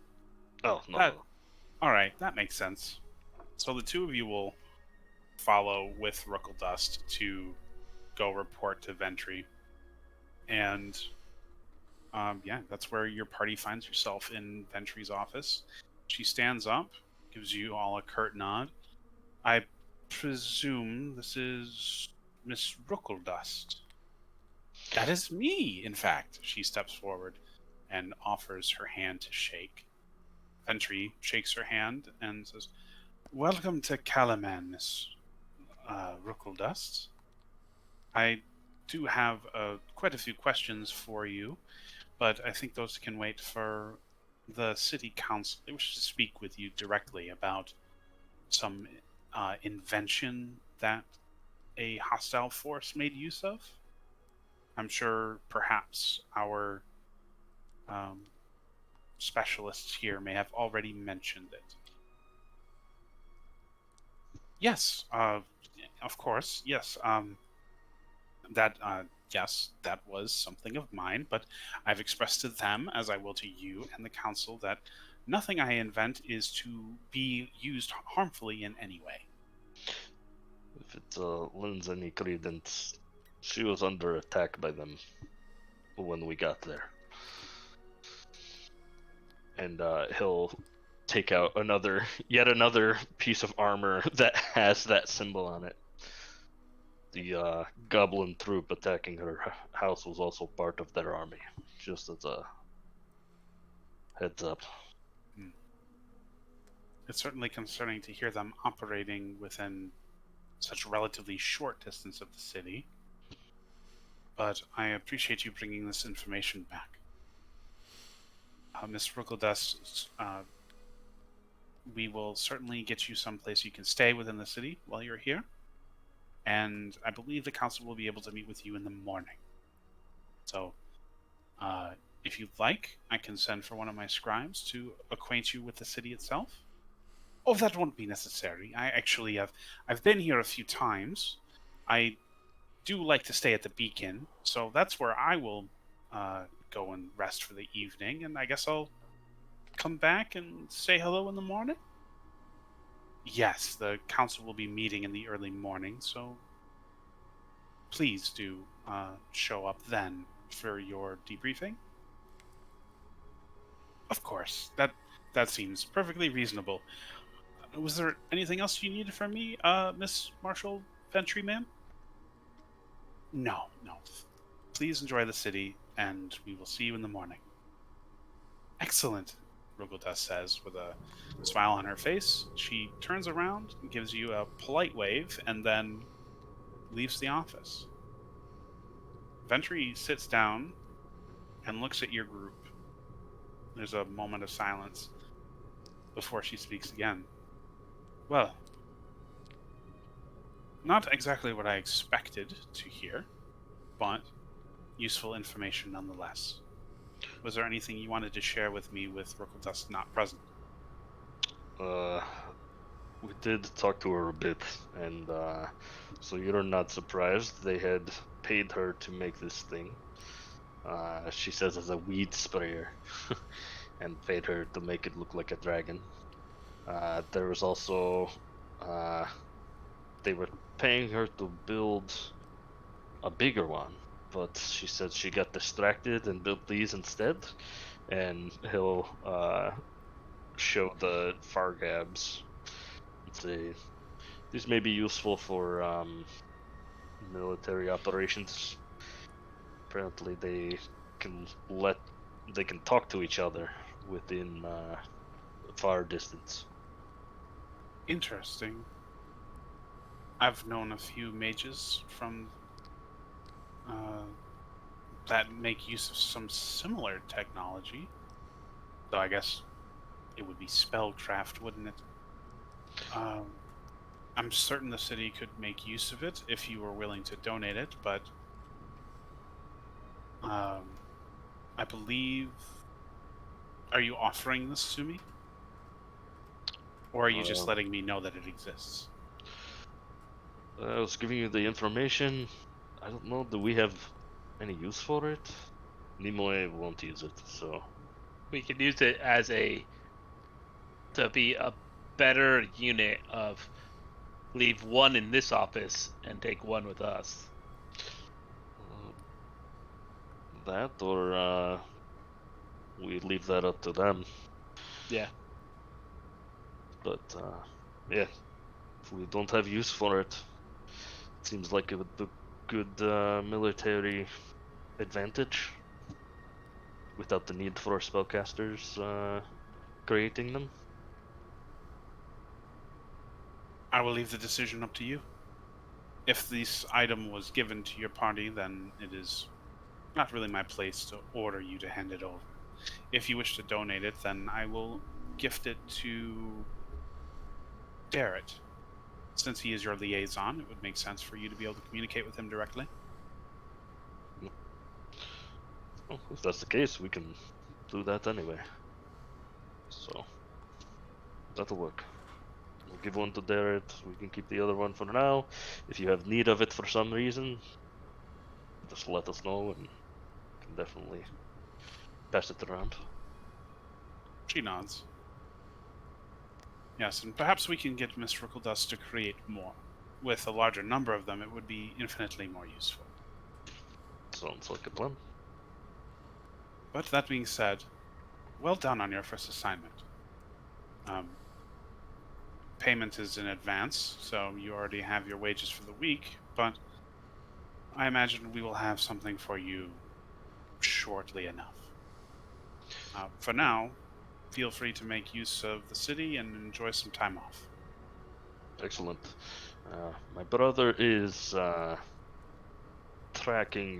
reverse tracking the goblins that attacked our house to see if he could figure out where they're coming from. So that may be information we can give you in the future. Excellent. That would be very good to know. I would love to figure out where they're based. Right now, we can't seem to nail down where they're coming from or operating out of. So, the minute you hear back from your brother, if it's anything productive, please let my office know immediately. Will do. And unless you have any more business, you may consider yourself dismissed. Thank you. And she gives you a curt nod and begins to shuffle some papers on her desk. Alright. Turn and walk out of there. Yeah, you walk out, and you now have the rest of the evening to make what you will of it. I think we're still in pretty good shape. We just need more missions. Now, it's at this point that I would say if anybody wants to do anything specific roleplay-wise, feel free to do so. But once our party adjourns for the evening, we will do a sort of downtime activity.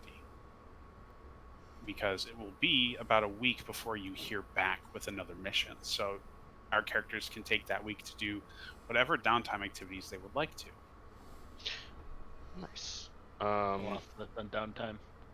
Elkin would just wait for Nimoy to come back and, report that information, provided that happens. Nimoy will not be accosted on the road back to the city, so you will be able to make it back by the time the sun is beginning to set, since you didn't follow them much longer than we discussed. Sorry. Okay. Oh, bless you. Thank you. Yeah, he'd meet you back at the castle. Cool. And after Eldquin tells the marshal's office about that, he would meet back up with Nimoy for a sec if he hangs around enough. And he would pull out the box that he bought the other day and say, "Got you something from market." Did you? Is this my pay that you promised me? I already gave you 2 gold. That's at least a week. Oh, perhaps this would be in advance then. Sure. Let me see it. How about a gift? You say the urban side, I don't know if it's any kind of thing. They said it's a sniper's herb, but I don't believe them. Tis not my birthday. Tis not Yule. Why? I was in town. And looked like a nice enough box. Well, if you give it, I will take it. He'll hand it over. Might be good for your tobacco. Indeed. And he'll put it in his pack. Vogler. They're coming from Vogler. You think? I don't need to think. It's not good. Traveled a day's way. Deep path Prob- leads there. They're probably using it as a base of operations. Seems obvious. Probably not very powerful information. I'd hoped if they were closer. I'd have been back earlier. Sorry it took so long. It was only starting to get weird. Do not worry about me, brother. It's one less thing I need on the road.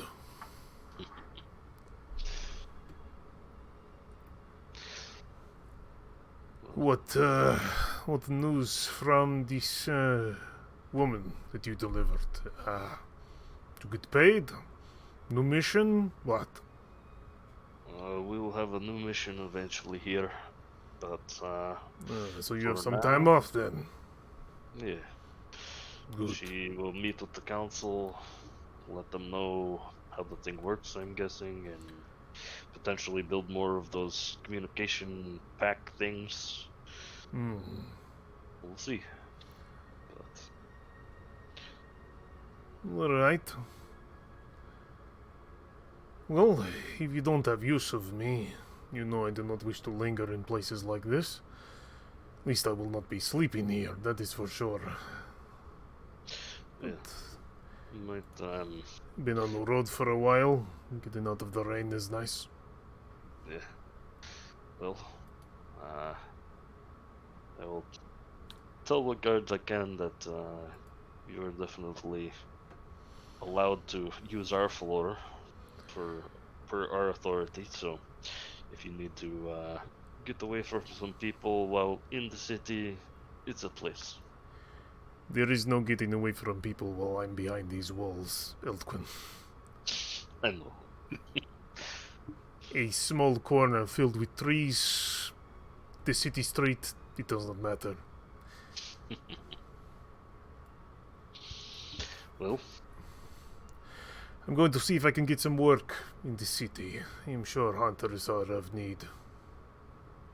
there you go. Perhaps they want something killed. I don't know. I need to make more money. My current employer is broke as piss. Indeed. You do know, if you go hunting everywhere, you become the folk hero in each place. If people want to write stories about me, they can write their fiction. I am the one who knows the truth. I am just a man. Aren't well. Okay. I will go to see Derek about learning how to swing this thing. He points to the glaive. Good luck. Don't hurt your puny little mage arms. And practice carving bolts. You need to get better at that. I'll try. All right then. So, What's this item? Something I can put in my inventory? It was just a trinket, like, box. Do I anything? don't Yeah. think there's an actual thing. no, there's no special effects. Okay, cool. Just a- They sold it as sniper's herb, but you can probably identify it better than I would be able to of what it actually is. It's probably just smoke stuff. If Kyle says it doesn't have anything going on with it. I'm good. Yeah, your cursory nature abilities and knowledge, Nimoy would tell you that it's essentially just really nice smoking tobacco that is good for helping you focus. Yeah, But- it's a nice gift for him. Now, as I said before, it'll be about a week before our party hears back with any kind of missions for them to perform. What would everybody like to do with their week of downtime? Work. I'll take the work action. Excellent. So yeah, I feel I can't remember. Do you roll dice to see how much money you make, or is it a flat amount? Here, so I can work performing a job to determine how much money I earn. I make an ability check using strength, dexterity, or charisma, or intelligence using a set of tools. I consult the wages table below to see how much money is granted according to the total of the check. So, yep, just a check to make Perfect. some money. I'm gonna go with acrobatics and just theme this under like hunting, if that's cool. Yeah, that works. Hunting or slaying of troublesome monsters. We're looking at acrobatics. Any chance I can make this into a survival check? Yeah, Dexterity based? Cool. It's just a better roll for me for sure. yeah, I'm fine with that. Roger. 15 puts me at a comfortable lifestyle for the week. Lifestyle is, and if I quickly look, D and D, so 5e lifestyle. Show me the images. What did it say? That put me at a comfortable. Ooh, so I just get 2 gold. That's rad. And then there's a complication chance if you would like to roll a percentile. Under 10% or under, or something happens to me. Let's do it.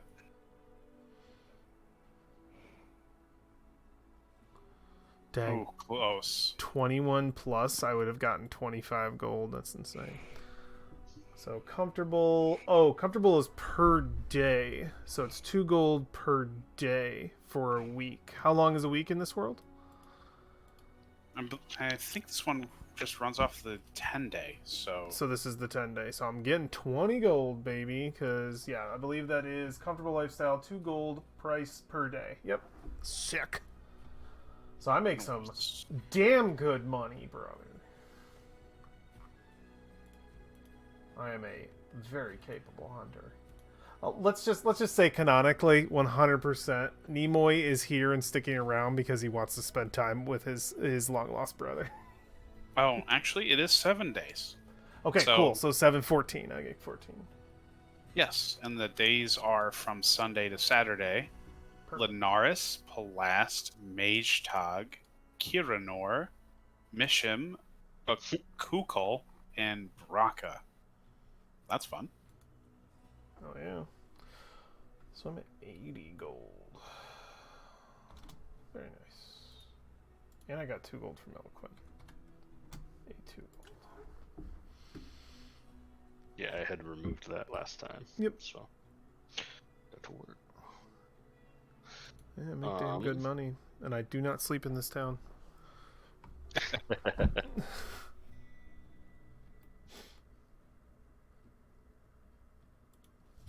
Alright guys, do you need the link to the downtimes stuff? Yeah, what is everybody else doing for their downtime? I'm looking it up myself right now. So I have an had a idea, question. but I'm trying to figure out how to do my idea to make it work. I put the link in the chat. So I have a question for you, Kyle. Yeah? I believe there is no actual way to learn a new weapon proficiency other than getting a feat and or leveling into like multi-classing.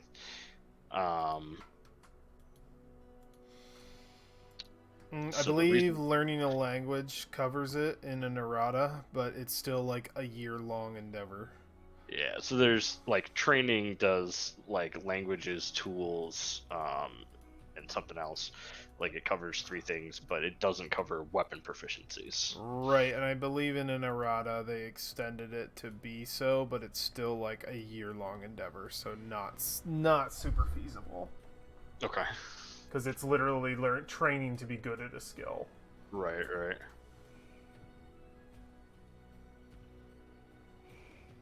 Well, if that's the case, So, I would say that you could undergo that pathway, but it would take a Yeah. significant investment of your character's time to to acquire it. Yeah, it should be the same length as a language. Does it say? Yeah, 10 work Yeah, weeks. So you could work towards it. If we're going to be getting more Right, weeks off, you could like check mark a week, you know?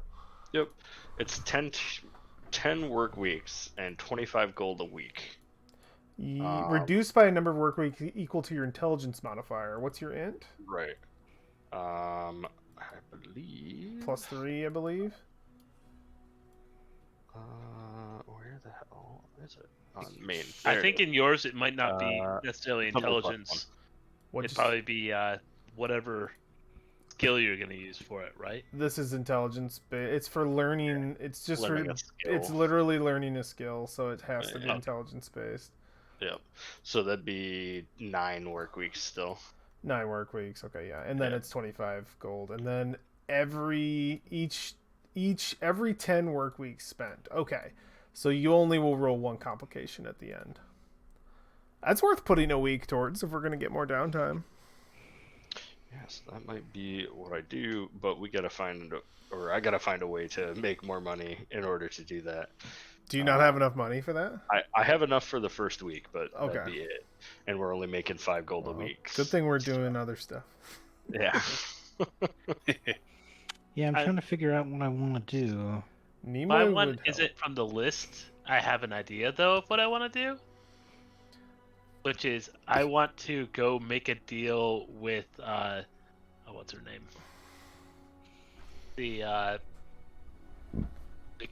The store that was selling the random items. Milara. Yeah, Milara's Oddities. I want to go make a deal with her, and I want to spend my downtime, at least partially, making continual flame torches or lanterns. Okay. And Yeah, you could totally do that. That's a lot of tiki torches.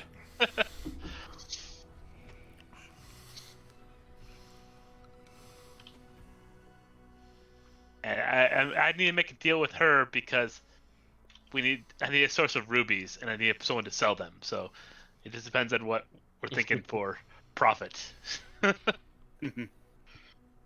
I would say you could just simply roll on like the work, right? Yeah, so, works. because you're working for her. Uh-huh. Yeah, if they're looking for, or you're trying to get a particular goal out of her, maybe in exchange of gold, it could be something else. Like maybe you need to hit like a certain lifestyle level to like earn what you're looking for. What are you looking for from her? I need money so I can acquire Just item, money. Okay. spell yeah. component. I need so I can acquire spell component. Never stuff. mind. I thought you were hoping for something else from this NPC. No. Never mind. She just is the NPC that makes sense in this city Right. work with. Make that money. All right, Jacob. What's? Did you decide what your downtime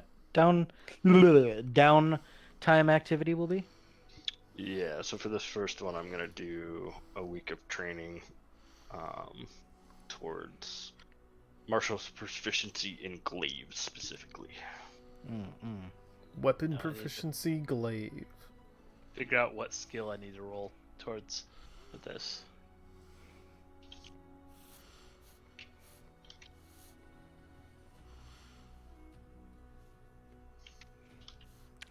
I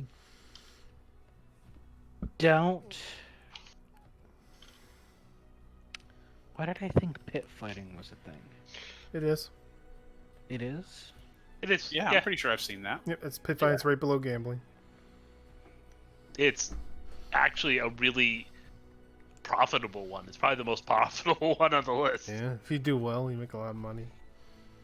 I was gonna say, like, is that really a nightly thing to do, though? It's fighting. It's competition. It's healthy. Is it nightly? I mean, that's up to you. It's like training. I think there's an argument to say that it's either or. That's up to you. I think it's the way Thrag perceives it. It's like, oh, if I was going in bloodthirsty, it would be one thing. But if it were just, oh, it's for training, for It's a healthy regimental competition. healthy competition, yes. Yeah. I think that really would just change based on who you're talking to. Like, some people would think that the knights would be above something such as just bare knuckle brawling in a pit. Then maybe not. It's true. So yeah, so totally subjective. As a question here, how does spell? I was trying to figure out what skill even makes sense for mine. How does a spell save or the spell modifier work? Since I'm casting constantly. Yeah, I think that's fine.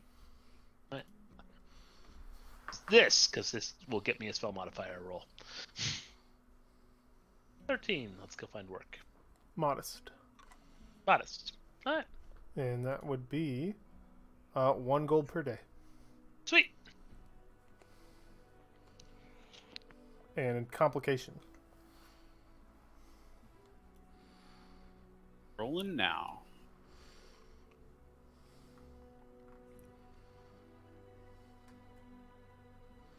No complication. Okay. Money, money, money, money. Yeah. The next one of these I might pit fight just because watching Thrag make tons of money. Yeah, if you were I a wanna what, make- it's like a lot or nothing. That's the only I know. problem. Is it's Where did you link it at? The waiting room? it's linked in the in our thing, and I can't open Discord without messing up all of our cameras. I It's- can link pit fighting specifically There you go. to you, Justin. It's in DM. Yeah. The pit fighting is complicated. It's you have to roll an athletics, acrobatics, and a It's not bad. If there's pit fighting involved, character must make a series of checks with a DC determined at random based on the quality of the opposition the character runs into. A big part of the challenge in pit fighting lies in the unknown nature of the character's opponents. The DC of the checks will be 5 plus 2d10 rolled by the dungeon master, Okay. generating a separate DC for each one. The character is making 3 separate checks using either strength, athletics, or dexterity acrobatics, and a special constitution check that has a bonus equal to the roll of the character's largest hit die. This roll doesn't spend that die. If desired, a character can replace one of these skills checks with an attack roll using one of their own weapons instead. I think that's always what I was doing. with Yeah, I'll try the pit fighting. It's like non-lethal forms of combat in an organized setting with predetermined matches. I like that. Makes sense. I don't really understand what this constitution check does. It means he rolls a d12, and that's his bonus that to add to a d20. I would Like not Transformers rolls. I would not sully my sigil though. I would not dress as a knight in this. I would not boast any knightly regard. Makes sense. Are you saying, Alex, that it's just he gets a d12 to one of these rolls? It's looking like that. Yeah, no, it means that Constitution. one of the rolls is athletics, one is acrobatics, one is a d20 and a d12. So he does a strength check, a dexterity check, and a constitution check. Those are the 3. Okay. Yep. Yep. And you Essentially, can replace one of them with a weapon attack. And you can replace just one of these with a weapon attack. Okay. Yeah. Yeah, yeah. Which you should probably do for the whatever is your lowest one. Well, Probably your dex. yeah. So Okay. Yeah, probably replace the dex with a weapon attack. Okay, so do I do that now? Wait for your dungeon master to get the secret DC. Yeah. 5 plus 2d10, Sir Kyle. Mm-hmm. So it could be 7, or it could be unbeatable. Impossible. Yep, I've got it. So I roll a strength check, a dexterity acrobatics, and a special constitution check. Yeah, and you Yeah. can replace You one of probably these want with to a weapon. replace one. Yeah, I you will replace the I will Yeah. replace the acrobatics. Makes sense. So does this DC apply to all of these checks? You You one at a roll- time. Every single Yeah. roll, you make it a new DC. Roger. Okay. Okay, so So I what will one are you roll. doing first? I will do athletics. I don't like this. I don't like rolling. This is just gambling fancier. Yeah. Pretty much. Oh, I didn't realize the gambling one. I may have to play with that at some point. But Nice. Okay, 21. Excellent. All right. So this all represents different parts of your bout. It is over a work week. This is a full work week of this. This is a full work week. All right. That's what I'm understanding, yeah. Predetermined All right. matches. These are different matches, I think. Okay. So, your first matchup in the week, you get absolutely outplayed by this athlete. Oh. You are incredibly proficient and very fast, but they are somehow faster. Who is it? What do they look like? Let's make some wrestlers for this guy. Oh my god. Yeah, what do we imagine this person is? Can he be the bone saw? A gnome. he's Boulder. The Boulder. The boulder. The boulder doesn't have time to deal with this cat. I'm Yes, completely outclassed. the boulder. Yeah. The other one that would be funny is like that one monk that is just like the super like Right. Absolutely. the super skinny like cliche. Yeah. Oh, yeah, literally Ip Man. Yeah. Pretty much. All right. Wow. So, give us your next bout. Next match. Okay. You want to do your attack roll next? My attack roll, and that was just like roll my attack. Yep, it's an attack roll, and that's whatever number you get off the attack roll. Kyle's rolling a new DC. Yep, I already Oop. did. That is a miss. Well, it's an 8. He could roll a 7. All right. Your second bout of the week. This person is somebody you fought in strength of arms, and unfortunately, they were more proficient than yourself, and you were defeated in battle. This was bone saw. Oh. And the last one, you want to roll a d20 and a d12.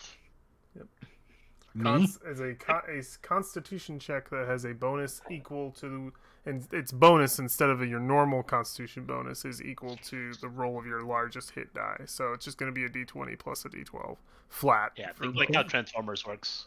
Yep.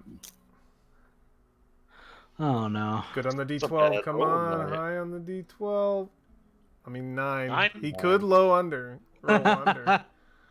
All right. Guess I'm- So this one was a no-holds-barred arm wrestling contest where you could punch the other person to try and distract them. And unfortunately, Oh you boy. did Okay. not- I'm sorry. You did not succeed in And this. now item. you roll your complications. 10% complication. That's All right. Kyle, so. Gotta roll under. No complications. There you go. You're fine. I am beaten but unbowed. Nice. All right. Now, I think that was everybody deciding what they wanted to do for their downtime. Excellent. So, did anybody want to roleplay or illustrate any of the things that they were doing for that week, or perhaps a moment that they had during that time? Or would we like to fast forward to the next briefing? Nimoy was able to hunt down food that I think probably was commissioned by some kind of like charitable patron who was getting food for the refugees. So I think Nimoy inadvertently helping to feed the refugees of Volgar. Volgar kind of puts a smile on his face. He just ended up getting the right job in the right place. Okay.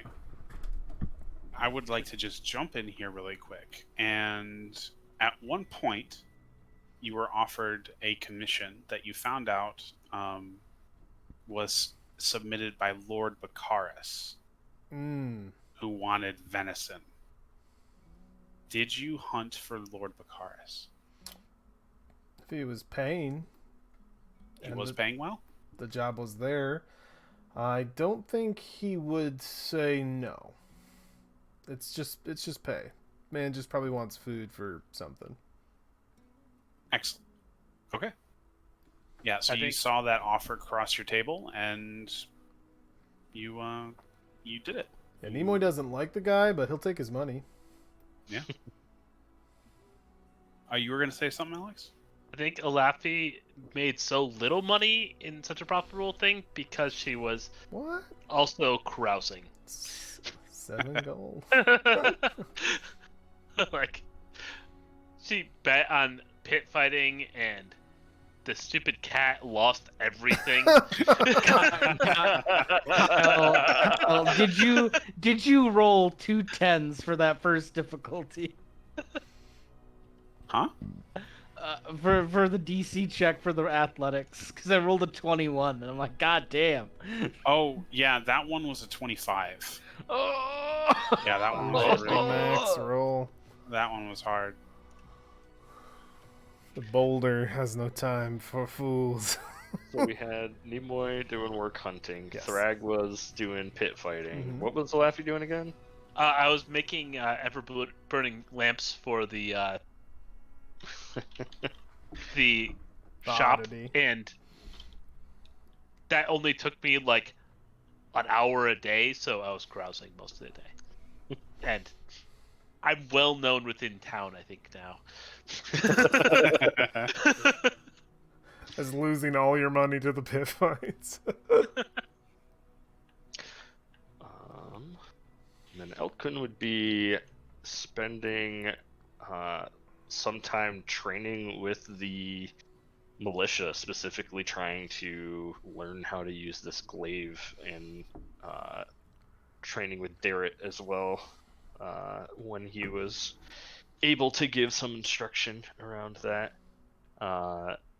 Elkun uses his quarterstaff as a spellcasting focus, so it is rare for him to use it in close quarters combat, so he's like proficient in spinning it around and can use it in that, but the glaive is like a completely different style of having it more like spear-like and long, so he's wanting to try that out a little bit more.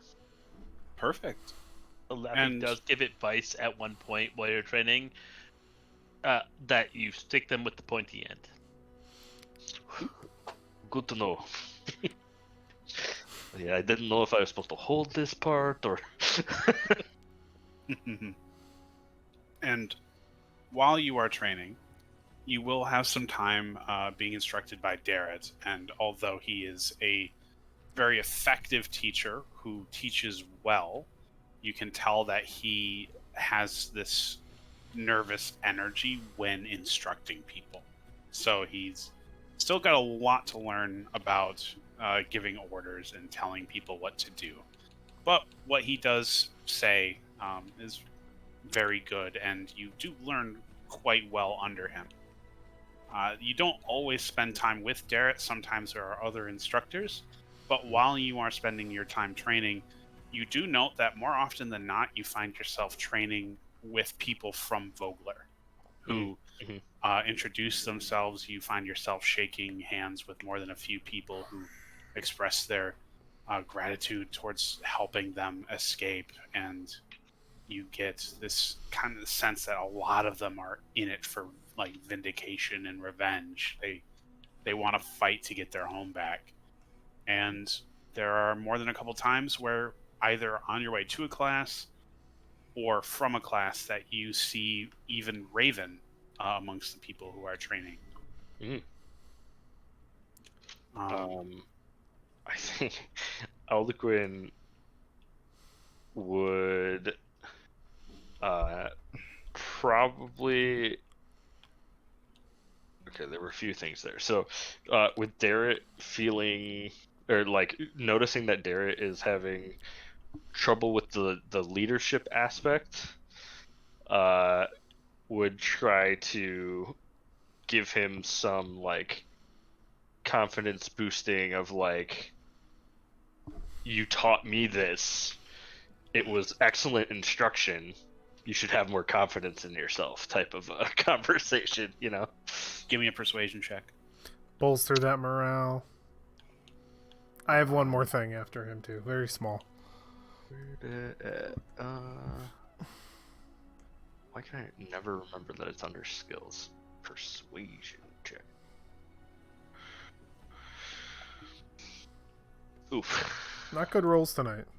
Yeah. We're Although- below 10 average.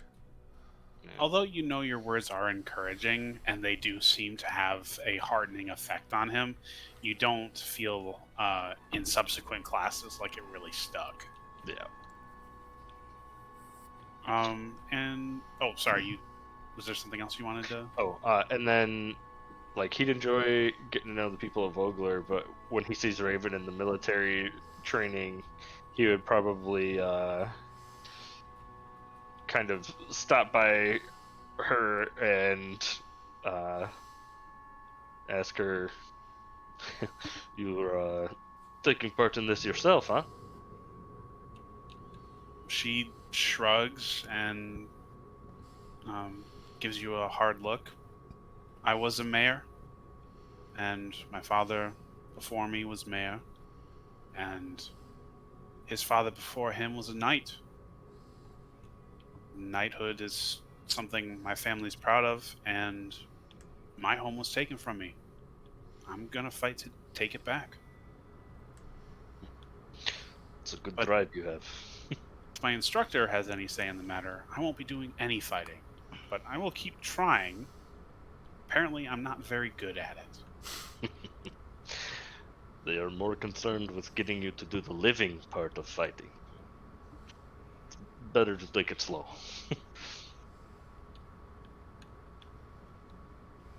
That's true. That's true. Personally, I'm more interested in the making them unalive part of the combat, but I suppose learning how to survive it is valuable as well. She smiles sarcastically. You sound like many a young person that I've heard going into the Tower of Weymouth even. So I look forward to your deeds in the future. Keep at it. And I've heard you're doing some kind of special work for the city council. So Indeed. I certainly wish you luck with that. And hopefully I will see you in training. We'll be there for some time. I am not grasping some of this myself, so. You know, I always thought swinging a sword was easy. I've since learned that that's not true. I am trying to go from a staff to a glaive, which I thought was supposed to be an easy transition. Same thing. I mean, it's just a sword at the end of your staff anyway, right? Right? Should be That's what I easy. thought. I thought swinging a sword would be simple, but thank God we trained with wooden weapons for the first 2 weeks because I would have taken my leg off. Yep. Yeah, that. And she'll give you a curt nod and head to the class that she had that day. Sounds good. Now, Nimoy, you said you had something else Yep, you wanted to just do? something else. Because I have to come into the town to pick up hunting work. I think when he does visit into town, when he's not out hunting, he's going to periodically visit Eldquin, just to watch a few sparring matches and have some light conversation. He will also attend Zrag's middle match, at which point he will be sure to bet against Alafi once he sees her bet for Zrag. He'll pocket some small coin from that match. Wish Zrag the best on his next one, and yeah, just when he goes in the city, he stops by to see everyone and how they're doing. He just kind of shows up, mostly trying to go unnoticed, but isn't really trying to isn't making much effort to hide. So he's easy enough to point out and have a short conversation with. Excellent. Now, Srag, Yes. I just wonder, at one point when you were fighting in the pit, you mentioned that your opponent was a gnome. Yeah. The boulder. Was it? Yeah, a gnome called the Boulder. Yes. Did any particular battle or fight stick out to you while you were fighting? And why was it the one where you lost an arm wrestling match to a gnome called the Boulder? I think it's where, because he was like, at this point, he's like, I've lost every single match. Surely I can win this. This is simple. And the gnome is like, oh, judge me by my size, do you not? do not judge the boulder. And I think he like he learns an important lesson in leverage. It is a painful lesson to learn. Yeah. I think it's something where Thrag does not get angry. Thrag just goes, I clearly have more training to do. He's just he is a mellow cat. He gets angry in battle. He doesn't get angry in life. Only when he rage. Only when he rage. Is he angry? Is he angry? You have to say angry. Is he only he rages only when he's angry. So also it is kind of funny, a 5/5 Leonin fighting a 4/3 dwarf. Gnome. The boulder has bested him again. He's just got like one giant arm, like this. Oh man, like, I gotta remove the gold for mine too. There we go. So yeah, I think he learns a valuable lesson in not underestimating his opponent and also leverage. Hmm. Well, excellent. So it sounds like our party is able to make good use of their time in Calaman over the next week. And when the week rolls over, you show up to get your pay. For those of you who are employed, that's another 5 gold for everyone. And I think that is a good spot for us to end our session tonight. As the week rolls over and we show up to get our assignment. And the next session will certainly be an interesting one because the assignment that Darrett hands us is about an attack that took place on a village about 1 day east of Calaman, where farmers had fled through the day and the night to report that soldiers had attacked and sacked and took over the town. Army's getting closer. And this is something our players are going to have to deal with. Other side. Yeah, and that's what we will handle in our session next week. So thank you, everyone, for visiting us for this episode of Dragonlance. And I look forward to DMing with you all next week. Bye. Bye. See ya, everybody.